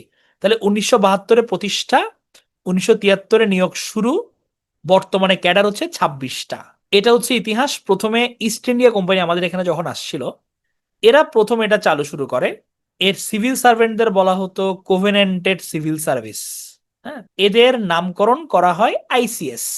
প্রথমে ইন্ডিয়ান সিভিল সার্ভিস, ওই অনুযায়ী প্রথম আইসিএস অফিসার কিন্তু রবীন্দ্রনাথ ঠাকুরের বড় ভাই, পুরো উপমহাদেশের প্রথম আইসিএস অফিসার সত্যেন্দ্রনাথ ঠাকুর। পরে আমাদের এখানে যখন দেশভাগ হয় এটার নাম হয় CSP, civil service of Pakistan. 1972 সালে এটার নাম হয় বিসিএস। বর্তমানে এটার ক্যাডার সংখ্যা হচ্ছে 26টা, জেনারেল 14 এবং টেকনিক্যাল 12টা। এগুলো হচ্ছে বিভিন্ন তাদের একাডেমি নিয়ে সাভারে অবস্থিত। এগুলো জাস্ট একবার রিডিং পড়ে নিবা। এবার আসি মাঠ প্রশাসন, ফিল্ডে যারা কাজ করে। তাহলে ফিল্ড, ধরো আমি বিভাগের কথা চিন্তা করি সিম্পল, তাহলে মাঠ প্রশাসনের সর্বোচ্চ এবং প্রথম ধাপ হচ্ছে আমার বিভাগীয় প্রশাসন। হ্যাঁ, এখানের প্রশাসনিক কর্মকর্তাকে সর্বোচ্চ, এটা হচ্ছে আমার বিভাগীয় কমিশনার। তাহলে এটা সর্বোচ্চ ধাপ বিভাগীয় প্রশাসন, সর্বোচ্চ ধাপ বিভাগীয় প্রশাসন। এরপর আসে জেলা প্রশাসন, আমার বিভাগের পর তো জেলা। মজার ব্যাপার হচ্ছে এই জেলা কাঠামো এটা কিন্তু গঠন করা হয়েছিল মুঘল আমলে, মুঘল আমলে গঠন করা হয়েছে। তো জেলা প্রশাসন পদটা সুপ্রতিষ্ঠিত হয় হচ্ছে 1790 সালে। আচ্ছা, তোমরা যারা প্যারা মনে করতেছো তারা আগে জিনিসটা শুনো, তোমাদের সামনে আরো রিভিশন হবে। হ্যাঁ, সো টেনশনের কোনো কারণ নাই, পড়া গুছাই যাবে। সরকার এবং জনগণের মধ্যে এটা মিলন সেতু হিসেবে কাজ করে। উপজেলা প্রশাসন এটা হচ্ছে সর্বনিম্ন ইউনিট, সর্বনিম্ন ইউনিট এটা হচ্ছে আমার সর্বনিম্ন। তাহলে আমার সর্বোচ্চ ইউনিট হচ্ছে বিভাগীয় প্রশাসন, সর্বনিম্ন হচ্ছে উপজেলা প্রশাসন। কোথাকার? মাঠ প্রশাসনের। আর উপজেলার প্রধানকে আমরা জানি ইউএনও, উপজেলা নির্বাহী অফিসার বা সিনিয়র সহকারী সচিব। তাহলে আমার সিনিয়রিটি যদি দেখি, তাহলে বিভাগীয় কমিশনার, জেলা প্রশাসক, সিনিয়র সহকারী কমিশনার, সহকারী কমিশনার, এটা হচ্ছে জাস্ট পদসোপান। এবার আমরা আসি স্থানীয় সরকারে। আমরা যে মাঠ প্রশাসন দেখছিলাম, এরা কিন্তু কি আমার ক্যাডাররা, ক্যাডার, এরা পরীক্ষার মাধ্যমে সিলেক্ট হয়েছে, সিলেক্টেড। আর আমরা স্থানীয় সরকারে যাদেরকে দেখি, এরা হচ্ছে ইলেক্টেড, জনগণ এদেরকে নির্বাচন করে। আমরা যে চেয়ারম্যান দেখি, মেম্বার দেখি, সিটি কর্পোরেশনের মেয়র দেখি, কাউন্সিলর দেখি, এরা সবাই স্থানীয় সরকার। তাহলে জনগণ নির্ভর প্রশাসনিক ব্যবস্থা, যেটা জনগণের দ্বারা নির্বাচিত। এখানে স্তর আছে বিভিন্ন, যেমন গ্রাম্য স্তরে জেলা পরিষদ, উপজেলা পরিষদ, ইউনিয়ন পরিষদ থাকে, শহরে সিটি কর্পোরেশন বা পৌরসভা এগুলো থাকে। হ্যাঁ, তাহলে স্থানীয় সরকার 1976 সালে গঠন করা হয়। এটাকে কিন্তু স্থানীয় শাসন কর্তৃপক্ষ, স্থানীয় সরকার, পল্লী উন্নয়ন মন্ত্রণালয় এগুলোর আন্ডারে এটা আছে। প্রথমে আসি জেলা পরিষদে। তাহলে জেলা আমাদের কয়টা? আমাদের জেলা 64টা। এখানে জেলা পরিষদ আছে 61টা, আর পার্বত্য চট্টগ্রামে আছে হচ্ছে পার্বত্য 3টা জেলা পরিষদ। এদের 5 বছর মেয়াদ থাকে। চেয়ারম্যান প্রধান নির্বাহী, মেইন তো জেলা পরিষদের চেয়ারম্যান কিন্তু মেইন। হ্যাঁ, আর এটার উপদেষ্টা থাকে স্থানীয়, যিনি এমপি থাকেন উনি। আচ্ছা, এটা একটু রিপিট হয়ে গেছে, এটা লাগবে না। আচ্ছা লাগবে, সরি, এখানে একটু হয়ে গেছে। আচ্ছা, মেয়াদ 5 বছর। কিছু জিনিস রিপিট হয়েছে, এখানে কিছু জিনিস রিপিট হয়েছে। দাঁড়াও, এটা এখনই ঠিক করে দিই, নাহলে পরে তোমরা কনফিউজড হয়ে যাবে। তোমাদের একটা স্লাইড কমাই দিলাম, যাও। ওকে, তাহলে এটা হচ্ছে 61টি জেলা আছে আমাদের। পার্বত্য চট্টগ্রাম মন্ত্রণালয়ের অধীনে হচ্ছে 3টা জেলা পরিষদ। আর মেয়াদ 5 বছর, প্রধান নির্বাহী, চেয়ারম্যান, উপদেষ্টা, স্থানীয়, এমপিরা। উপজেলা পরিষদ, এখানে মনে রাখতে হবে হচ্ছে আমাদের আগে থানা ছিল, থানা থেকে কিন্তু উপজেলা হয়েছে। আগে আমরা টিএনও বলতাম, এখন ইউএনও বলি। হ্যাঁ, আমাদের প্রথম উপজেলা নির্বাচন হয়েছে 1985 সালে, আর উপজেলা পরিষদ ব্যবস্থা চালু হয়েছে 1983-তে। এখানেও সেম, আমার একজন চেয়ারম্যান থাকে, দুইজন ভাইস চেয়ারম্যান থাকে, সচিব থাকে, ইউএনও। উপজেলা কয়টা? আমাদের 495টা উপজেলা, একসাথে 3টা হয়েছিল, মাদারীপুরের ডাসা, সুনামগঞ্জের মধ্যনগর, কক্সবাজারের ঈদগাঁও। ইউনিয়ন পরিষদ, তাহলে এই যে আমরা এতক্ষণ লোকাল গভর্নমেন্ট বলছি, এটার কিন্তু ক্ষুদ্রতম, সবার নিচে আছে ইউনিয়নটা। আগে ইউনিয়ন পরিষদের নাম ছিল পঞ্চায়েত। পঞ্চায়েত নামে কিন্তু একটা টিভিএফ এর ওয়েব সিরিজও আছে ইন্ডিয়ার, খুবই চমৎকার, হয়তো অনেকেই দেখছো। তো এটা আগে পঞ্চায়েত নামে ডাকা হতো ইউনিয়ন পরিষদদের। তো এই ইউনিয়ন পরিষদে আগে কিন্তু নির্বাচন যে হইতো, ওখানে দলীয় প্রতীক ব্যবহার করা যাইতো না। মানে তুমি ধানের শীষ, দাঁড়িপাল্লা কি ব্যবহার করবে, এটা আগে ফিক্স ছিল না। হ্যাঁ, বাট 2016 সাল থেকে প্রথম দলীয় প্রতীকে নির্বাচন হয়। তবে এটাতে প্রথম নির্বাচন হয়েছিল 1973-এ। এখানেও সংরক্ষিত নারী আসন চালু করা হয় 1997-এ। 10টা এই পর্যন্ত ইউনিয়ন পরিষদ নির্বাচন হয়েছে। মোট ইউনিয়ন হচ্ছে 4596টা।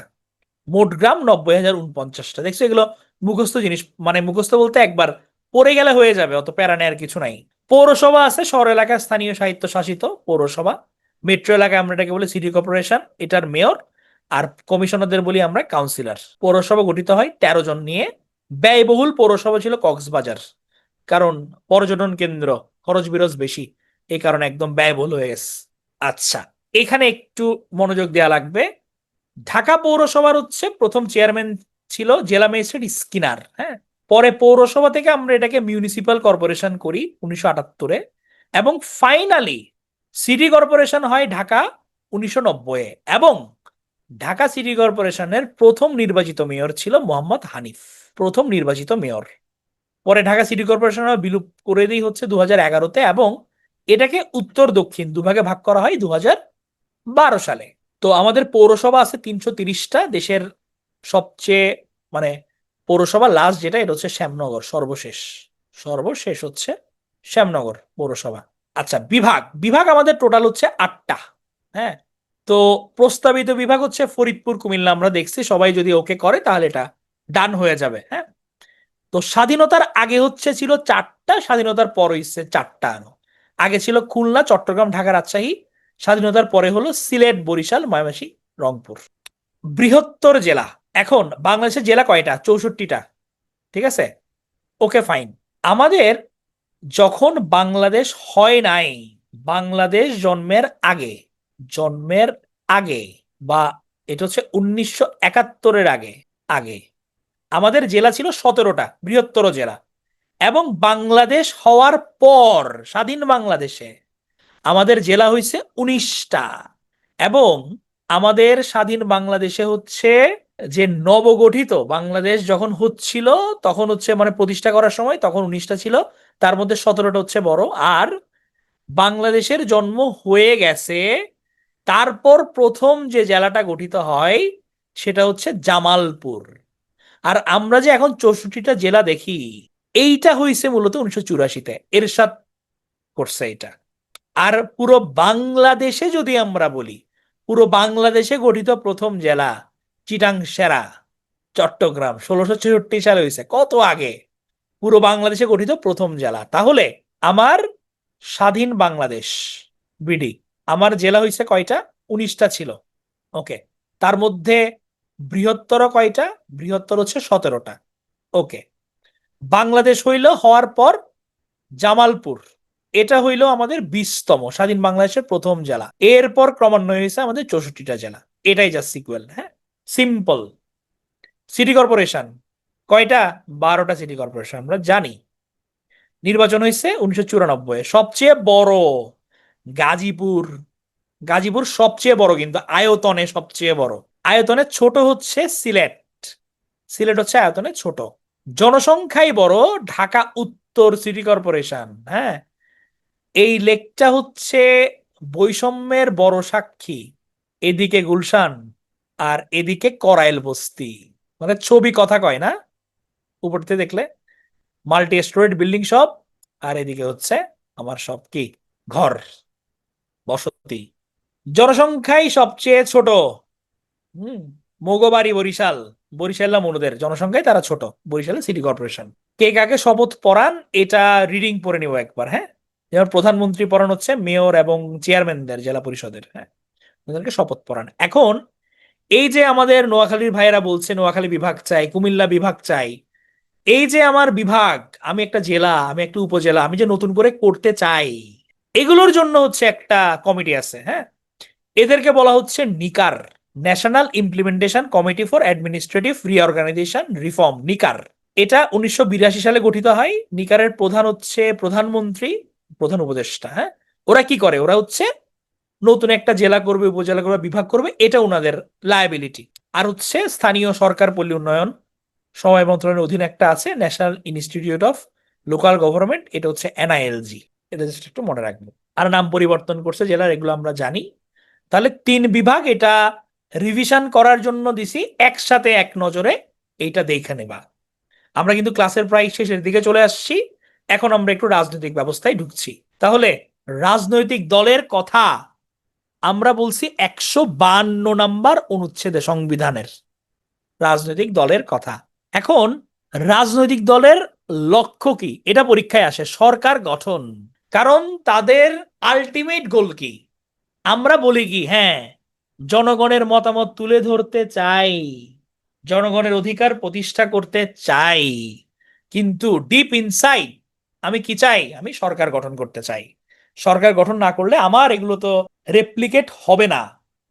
তবে এটাও ঠিক, আমাদের রাজনৈতিক দলগুলা কিন্তু জনগণ এবং সরকারের মাঝে একটা সেতু বন্ধন ক্রিয়েট করে।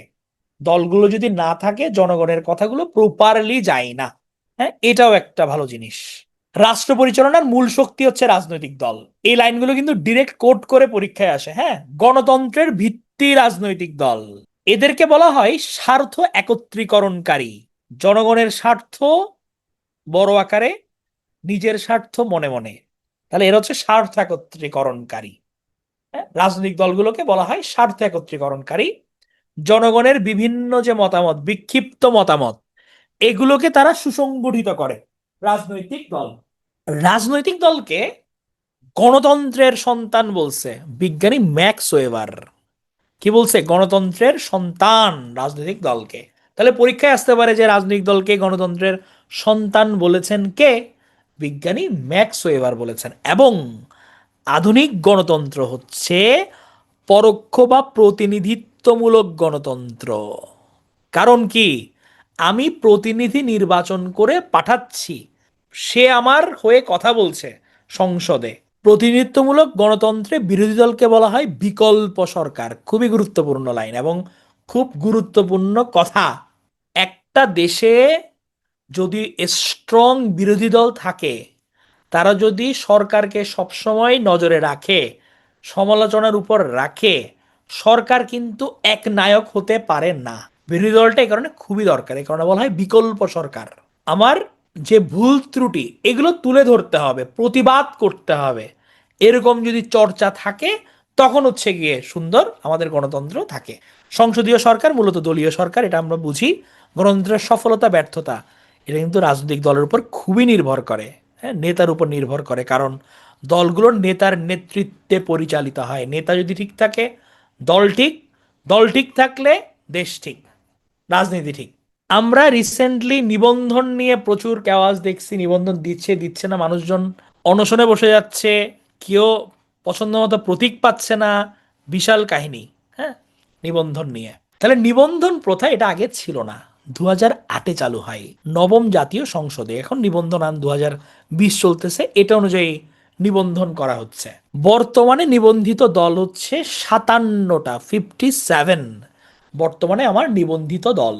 সর্বশেষ নিবন্ধন পাইছে বাংলাদেশ রিপাবলিকান পার্টি, যার প্রতীক হচ্ছে হাতি। সর্বশেষ নিবন্ধিত দল। এখন তোমরা ওয়েবসাইটে যখন দেখবা, দেখবা যে ওখানের মধ্যে মানে 5টা জায়গায় খালি আছে, কারো নিবন্ধন নাই, কারো নিবন্ধন স্থগিত আছে। তবে সর্বশেষ টোটাল হচ্ছে 57টা। এটা মনে রাখবো, এটা বাড়তে পারে, কারণ এখনো ওয়েবসাইটে এনসিপির নাম আসে নাই। হ্যাঁ, সো লাস্ট আপডেট পর্যন্ত হচ্ছে এইটা। মাম্বা মাম্বা দেখাচ্ছে 11টার ঘড়ি। হ্যাঁ, শেষ হয়ে যাবে তোমাদের হাইয়েস্ট 15 মিনিট স্যার। তো জাতীয় নাগরিক পার্টি, এদের আত্মপ্রকাশ হয় 28 ফেব্রুয়ারি 2025-এ। আহ্বায়ক নাহিদ ইসলাম, সদস্য সচিব আক্তার হোসেন। নির্বাহী ব্যবস্থা আমাদের প্রত্যক্ষ পরোক্ষ দুইটাতেই নির্বাচন হয়। প্রত্যক্ষ হচ্ছে এমপি ইলেকশন বলতে পারি, পরোক্ষ হচ্ছে আমার প্রেসিডেন্ট ইলেকশন। প্রেসিডেন্ট ইলেকশন, জাতীয় সংসদ, এগুলো যাচ্ছি না, এগুলো সবই জানো নির্বাচনের জন্য কিভাবে হচ্ছে না হচ্ছে। 350, 350 এগুলা। নির্বাচন কমিশন সাংবিধানিক সংস্থা, 5জন কমিশনার থাকে, 5 বছর মেয়াদ। একমাত্র মহিলা নির্বাচন কমিশনার কবিতা খানম, বর্তমান হচ্ছে এম নাসির উদ্দিন। আমাদের ভোট কিভাবে হয়? নির্বাচনের বৈশিষ্ট্য কি আমাদের? সর্বজনীন ভোটার তালিকা, গোপন ভোট, সরল ভোট, প্রত্যক্ষ ভোট, প্রতিনিধিত্বমূলক ভোট, নিয়মিত ভোট, স্বতন্ত্র স্বাধীন নিরপেক্ষ নির্বাচন কমিশন, রাতের ভোট, সিলমারা ভোট, অনেকভাবে ভোট হয় আমাদের। হ্যাঁ, এখন আমাদের জাতীয় সংসদ নির্বাচন আমাদের হচ্ছে কয়টা হয়েছে এখন পর্যন্ত? আমাদের হচ্ছে 12টা হয়েছে, তাই না? প্রথম ছিল হচ্ছে আমাদের 1973 সালে প্রথম নির্বাচন।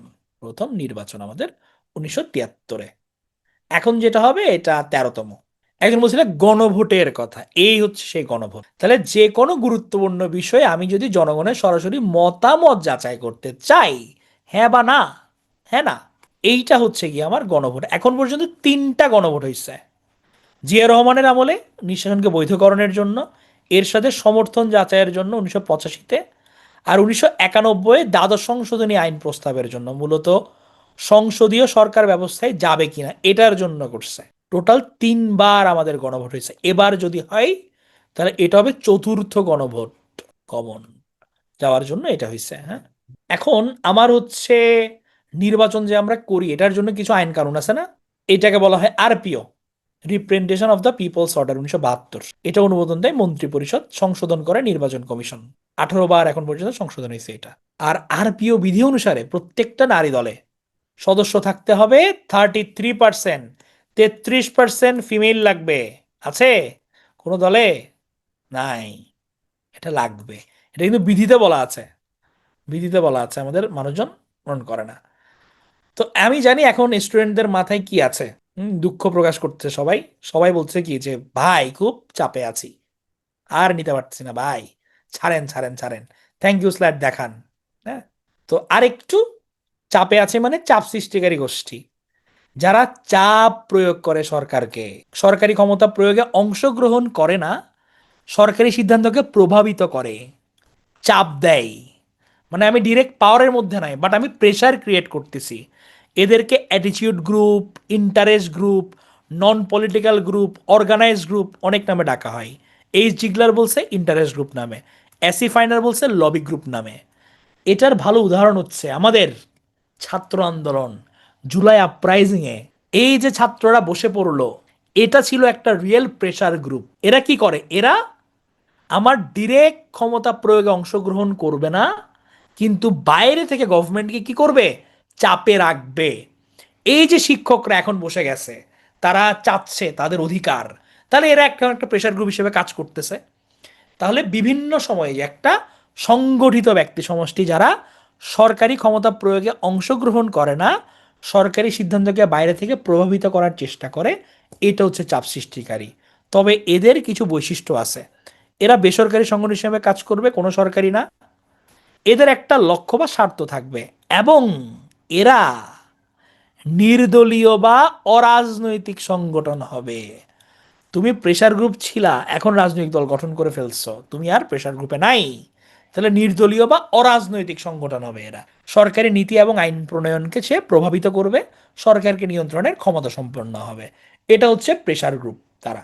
তো এটা কিন্তু খুবই গুরুত্বপূর্ণ, জাতীয় স্বার্থ সংরক্ষণে ভূমিকা রাখে তারা, সুষ্ঠু জনমত গঠন, ন্যায় বিচার প্রতিষ্ঠাতে খুবই দরকার। এবং রাষ্ট্রের প্রধান চাপ সৃষ্টিকারী গোষ্ঠী হচ্ছে সুশীল সমাজ, আমাদের বুদ্ধিজীবীরা। তারা বিভিন্ন সময় সরকারকে চিঠি লেখে, সাইন করে, যে এটা করেন ওটা করেন, এটা কেন করতেছেন না, তারা একটা চাপে রাখে। হ্যাঁ, তো চাপ সৃষ্টিকারী গোষ্ঠীকে বলা হয় ওয়াচডগ। আমাদের গৃহপালিত কুকুর যেরকম চোর দেখলে ঘেউ ঘেউ করে, আমাদের কিন্তু চাপ সৃষ্টিকারীর সৃষ্টি, মানে শুনতে হাস্যকর মনে হচ্ছে তোমাদের মনে রাখার জন্য, বাট এটা গুরুত্বপূর্ণ, কিন্তু প্রেশার গ্রুপ খুবই গুরুত্বপূর্ণ। হ্যাঁ, তো চাপ সৃষ্টিকারী গোষ্ঠীর 4টা টাইপ আছে, অ্যালমন্ড এবং পাওয়েল ভাগ করছে। এটা শুনলে বুঝতে পারবা। যেমন হতে পারে হচ্ছে ইনস্টিটিউশন একটা, শিক্ষক বা কর্মচারী ঐক্যজোট, সুশীল সমাজ, বিশ্বব্যাংক, আইএমএফ। তোমরা দেখো, যখন আইএমএফ আমাদের লোন দেয়, তখন কিন্তু ভাই আমাদের অনেক চাপে রাখে, তোমাকে লোন দিছি, লোন পরিশোধ করতে হবে। শিক্ষকরা চাপে ফেলে দিছে, এরা কিন্তু প্রেশার গ্রুপ। অ্যানোমিক ইন্টারেস্ট গ্রুপ, তারা হতাশায় চাপ সৃষ্টি করে, ছাত্র বিক্ষোভ, হতাশ ভাই আমার জব নাই, কোটা দিয়ে অবস্থা খারাপ, তারা হতাশা। অ্যাসোসিয়েশনাল, সহযোগিতা, এনজিও খুবই গুরুত্বপূর্ণ, তারা গভর্নমেন্টকে হেল্প করবে। এনজিওরা খুবই পাওয়ারফুল অনেক জায়গায় কিন্তু, যেমন ব্র্যাক, ওয়ার্ল্ডের লার্জেস্ট এনজিও, অনেক অনেক জায়গায় ব্র্যাক কাজ করে হচ্ছে গভর্নমেন্টের চেয়েও বেশি, এবং এদের কিন্তু পাওয়ার আছে পুরা প্রভাবিত করার জন্য। তাহলে এনজিও, অ্যাসোসিয়েশনাল। আরেকটা হতে পারে কি, চাপ সৃষ্টি করে গোষ্ঠী, আমি নেগেটিভ ওয়েতে প্রেশার করতেছি, আমি সন্ত্রাসী কার্যক্রম চালাচ্ছি। হ্যাঁ, এইটা হচ্ছে আমার নন অ্যাসোসিয়েশনাল, অসহযোগিতামূলক চাপ সৃষ্টিকারী গোষ্ঠী। তাহলে 4টা ভাগে ভাগ করছে অ্যালমন্ড এবং পাওয়েল এগুলোকে। এবং এনজিওকে বলা হয় তৃতীয় নির্বাহী বা থার্ড এক্সিকিউটিভ নামে ডাকা হয়। তাহলে এনজিওর কথা যেহেতু পড়তেছি, তাহলে কিছু এনজিওর আমরা নাম দেখে আসি। যেমন ব্রতী, প্রধান হচ্ছে শারমিন মুর্শিদ, এরা আমাদের উপদেষ্টা এখন। অধিকারের মহাসচিব আদিলুর রহমান খান। উবিনিক, উন্নয়নের বিকল্প নীতি নির্ধারণী গবেষণা, প্রতিষ্ঠাতা ফরহাদ মজহার, নির্বাহী ফরিদা আক্তার।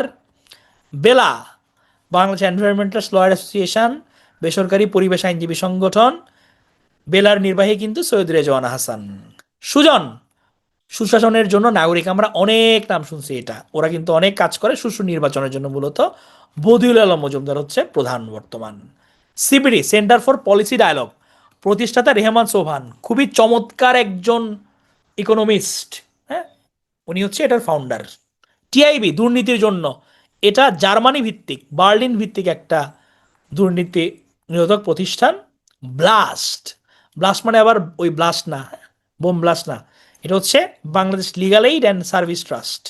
এরা দরিদ্র এবং প্রান্তিক জনগোষ্ঠীকে আইনি সহায়তা দেয়।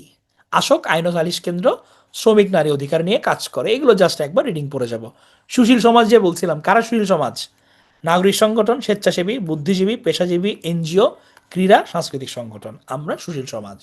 লক্ষ্য কি? লক্ষ্য ভাই সব ভালো ভালো জিনিস, অন্যায়ের বিরুদ্ধে প্রতিবাদ করব, গণতন্ত্র চালু করব, সামাজিক ন্যায় বিচার, কল্যাণমুখী রাষ্ট্র, এগুলো আমরা করব। এবার একদম লাস্ট, বিভিন্ন প্রতিরক্ষা। প্রতিরক্ষা নিয়ে আমরা কুইকলি ঝড় গতিতে 5 মিনিট একটা দেখে যাব। তাহলে প্রতিরক্ষা বাহিনী, সশস্ত্র বাহিনী দিবসটা মনে রাখবো 21শে নভেম্বর। এটার প্রধান হচ্ছে রাষ্ট্রপতি, বর্তমানে এটা ডক্টর মোহাম্মদ ইউনূসের আন্ডারে। প্রথম প্রতিরক্ষা মন্ত্রী আমাদের কিন্তু তাজউদ্দিন আহমেদ। সামরিক যে বিভাগ, এটাকে অর্ডিন্যান্স বিভাগ বলা হয়। সামরিক সদর দপ্তর কুর্মিটোলা, ঢাকাতে। বাংলাদেশ সেনাবাহিনী, সমরে আমরা, শান্তিতে আমরা, সর্বত্র আমরা, দেশের তরে। এটার পূর্ব নাম ছিল ইস্ট বেঙ্গল রেজিমেন্ট। প্রতিষ্ঠাতাকে মেজর গনি, আমাদের মেজর গনি হচ্ছে এটার প্রতিষ্ঠাতা। সর্বোচ্চ পদ হচ্ছে আমাদের জেনারেল, বাংলাদেশ সেনাবাহিনীর। এমনি বাইরে ফিল্ড মার্শাল পোস্টটা আছে, কিন্তু আমাদের ফিল্ড মার্শাল পোস্টটা নাই। আমাদের সর্বোচ্চ পদ হচ্ছে জেনারেল। প্রথম জেনারেল হচ্ছে আতাউল গনি ওসমানী। দেশের 18তম সেনাপ্রধান জেনারেল ওয়াকারুজ্জামান। সেনাপ্রধানের মেয়াদ হচ্ছে 4 বছর। সোর্ড অফ অনার মানে পুরস্কার, এটাতে প্রথম পাইছে মার্জিয়া ইসলাম। প্রথম মহিলা brigadier Suraiya Rahman. BMA Bangladesh medical academy, এটা ভাটিয়ারিতে। আর নজরুল করছিল 49 বেঙ্গল রেজিমেন্টে অংশগ্রহণ। বিমান বাহিনী প্রতীক হচ্ছে ঈগল। বাংলার আকাশ রাখিব মুক্ত। বিমান বাহিনীর সর্বোচ্চ পদ chief air marshal, air chief marshal. গোপন স্থান থেকে যে অ্যাটাক করা, এটাকে বলা হয় অ্যাম্বুশ। এয়ারফোর্স ট্রেনিং একাডেমি কোথায়? যশোরে। ত্রৈমাসিক পত্রিকা হচ্ছে ঈগল, ষান্মাসিক পত্রিকা বিমান সেনা। নৌবাহিনী শান্তিতে সংগ্রামের সমুদ্রে দুর্জয়। এটা কাচি বেষ্টিত নগর এবং তার উপর শাপলা। কাচি মানে হচ্ছে মোটা দড়ি, মোটা দড়ি, কাচি, মোটা দড়ি, এইটা, এটা হচ্ছে কাচি। মানে ওয়ার্ডটা একটু আনইউজুয়াল। সর্বোচ্চ পদ হচ্ছে অ্যাডমিরাল, প্রথম পদ ক্যাপ্টেন নুরুল হক পাইছিল এটার। নেভাল একাডেমি হচ্ছে পতেঙ্গাতে। হ্যাঁ, নেভালে অনেকে পেঁয়াজু খাইতে যায়। বাংলাদেশ নৌবাহিনীতে প্রথম সাবমেরিন ছিল আমাদের নবযাত্রা, জয়যাত্রা। আমাদের প্রথম নৌবহরের নাম হচ্ছে বানৌজা বঙ্গবন্ধু। দেশের তৈরি প্রথম যুদ্ধজাহাজ বানৌজা পদ্মা। এই সাবমেরিনগুলো আমরা কিনছি। বিজিবি, বর্ডার গার্ড বাংলাদেশ, সীমান্তের অতন্দ্র প্রহরী। সদর দপ্তর কোথায়? পিলখানাতে। হ্যাঁ, বিডিআর নামটা করা হয়েছিল 72-এ, আর বর্ডার গার্ড নামে যাত্রা শুরু করছে আমরা 11-তে। এটার প্রশিক্ষণ কেন্দ্র হচ্ছে বায়তুল ইজ্জত সাতকানিয়াতে, আমার এলাকা, আমার গ্রামের বাড়ি সাতকানিয়া। বিডিআর বিদ্রোহ, বিডিআর হত্যাকাণ্ড, এটা সংঘটিত হয় হচ্ছে 25 ফেব্রুয়ারিতে। এই কারণে আমরা এই দিনটাকে বলছি জাতীয় শহীদ সেনা দিবস। ইম্পর্টেন্ট, 25 ফেব্রুয়ারি জাতীয় শহীদ সেনা দিবস। 21 নভেম্বর সশস্ত্র বাহিনী দিবস, খুব গুরুত্বপূর্ণ। পুলিশ, লর্ড ক্যানিং পুলিশের কাজ করে গিয়ে স্বরাষ্ট্র মন্ত্রণালয়ের অধীনে। শান্তি শৃঙ্খলা নিরাপত্তা প্রগতি, সদর দপ্তর ফুলবাড়িয়াতে। পুলিশের যে পত্রিকা, এটার নাম হচ্ছে ডিটেকটিভ। পুলিশের একাডেমি সারদাতে যারা পুলিশ ক্যাডার হবে, তারা হচ্ছে এটাতে ট্রেনিং নেবে এখানে। আর পুলিশ স্টাফ কলেজ মিরপুরে। পুলিশের সর্বোচ্চ পদ আইজিপি, পুলিশ মহাপরিদর্শক, মহাপুলিশ পরিদর্শক। প্রথম মডেল থানা হচ্ছে ভালুকাতে। 999-এ ফোন দিলে সব জরুরি সেবার নাম্বার আমরা পাই। Ansar VDP, Ansar VDP cadre.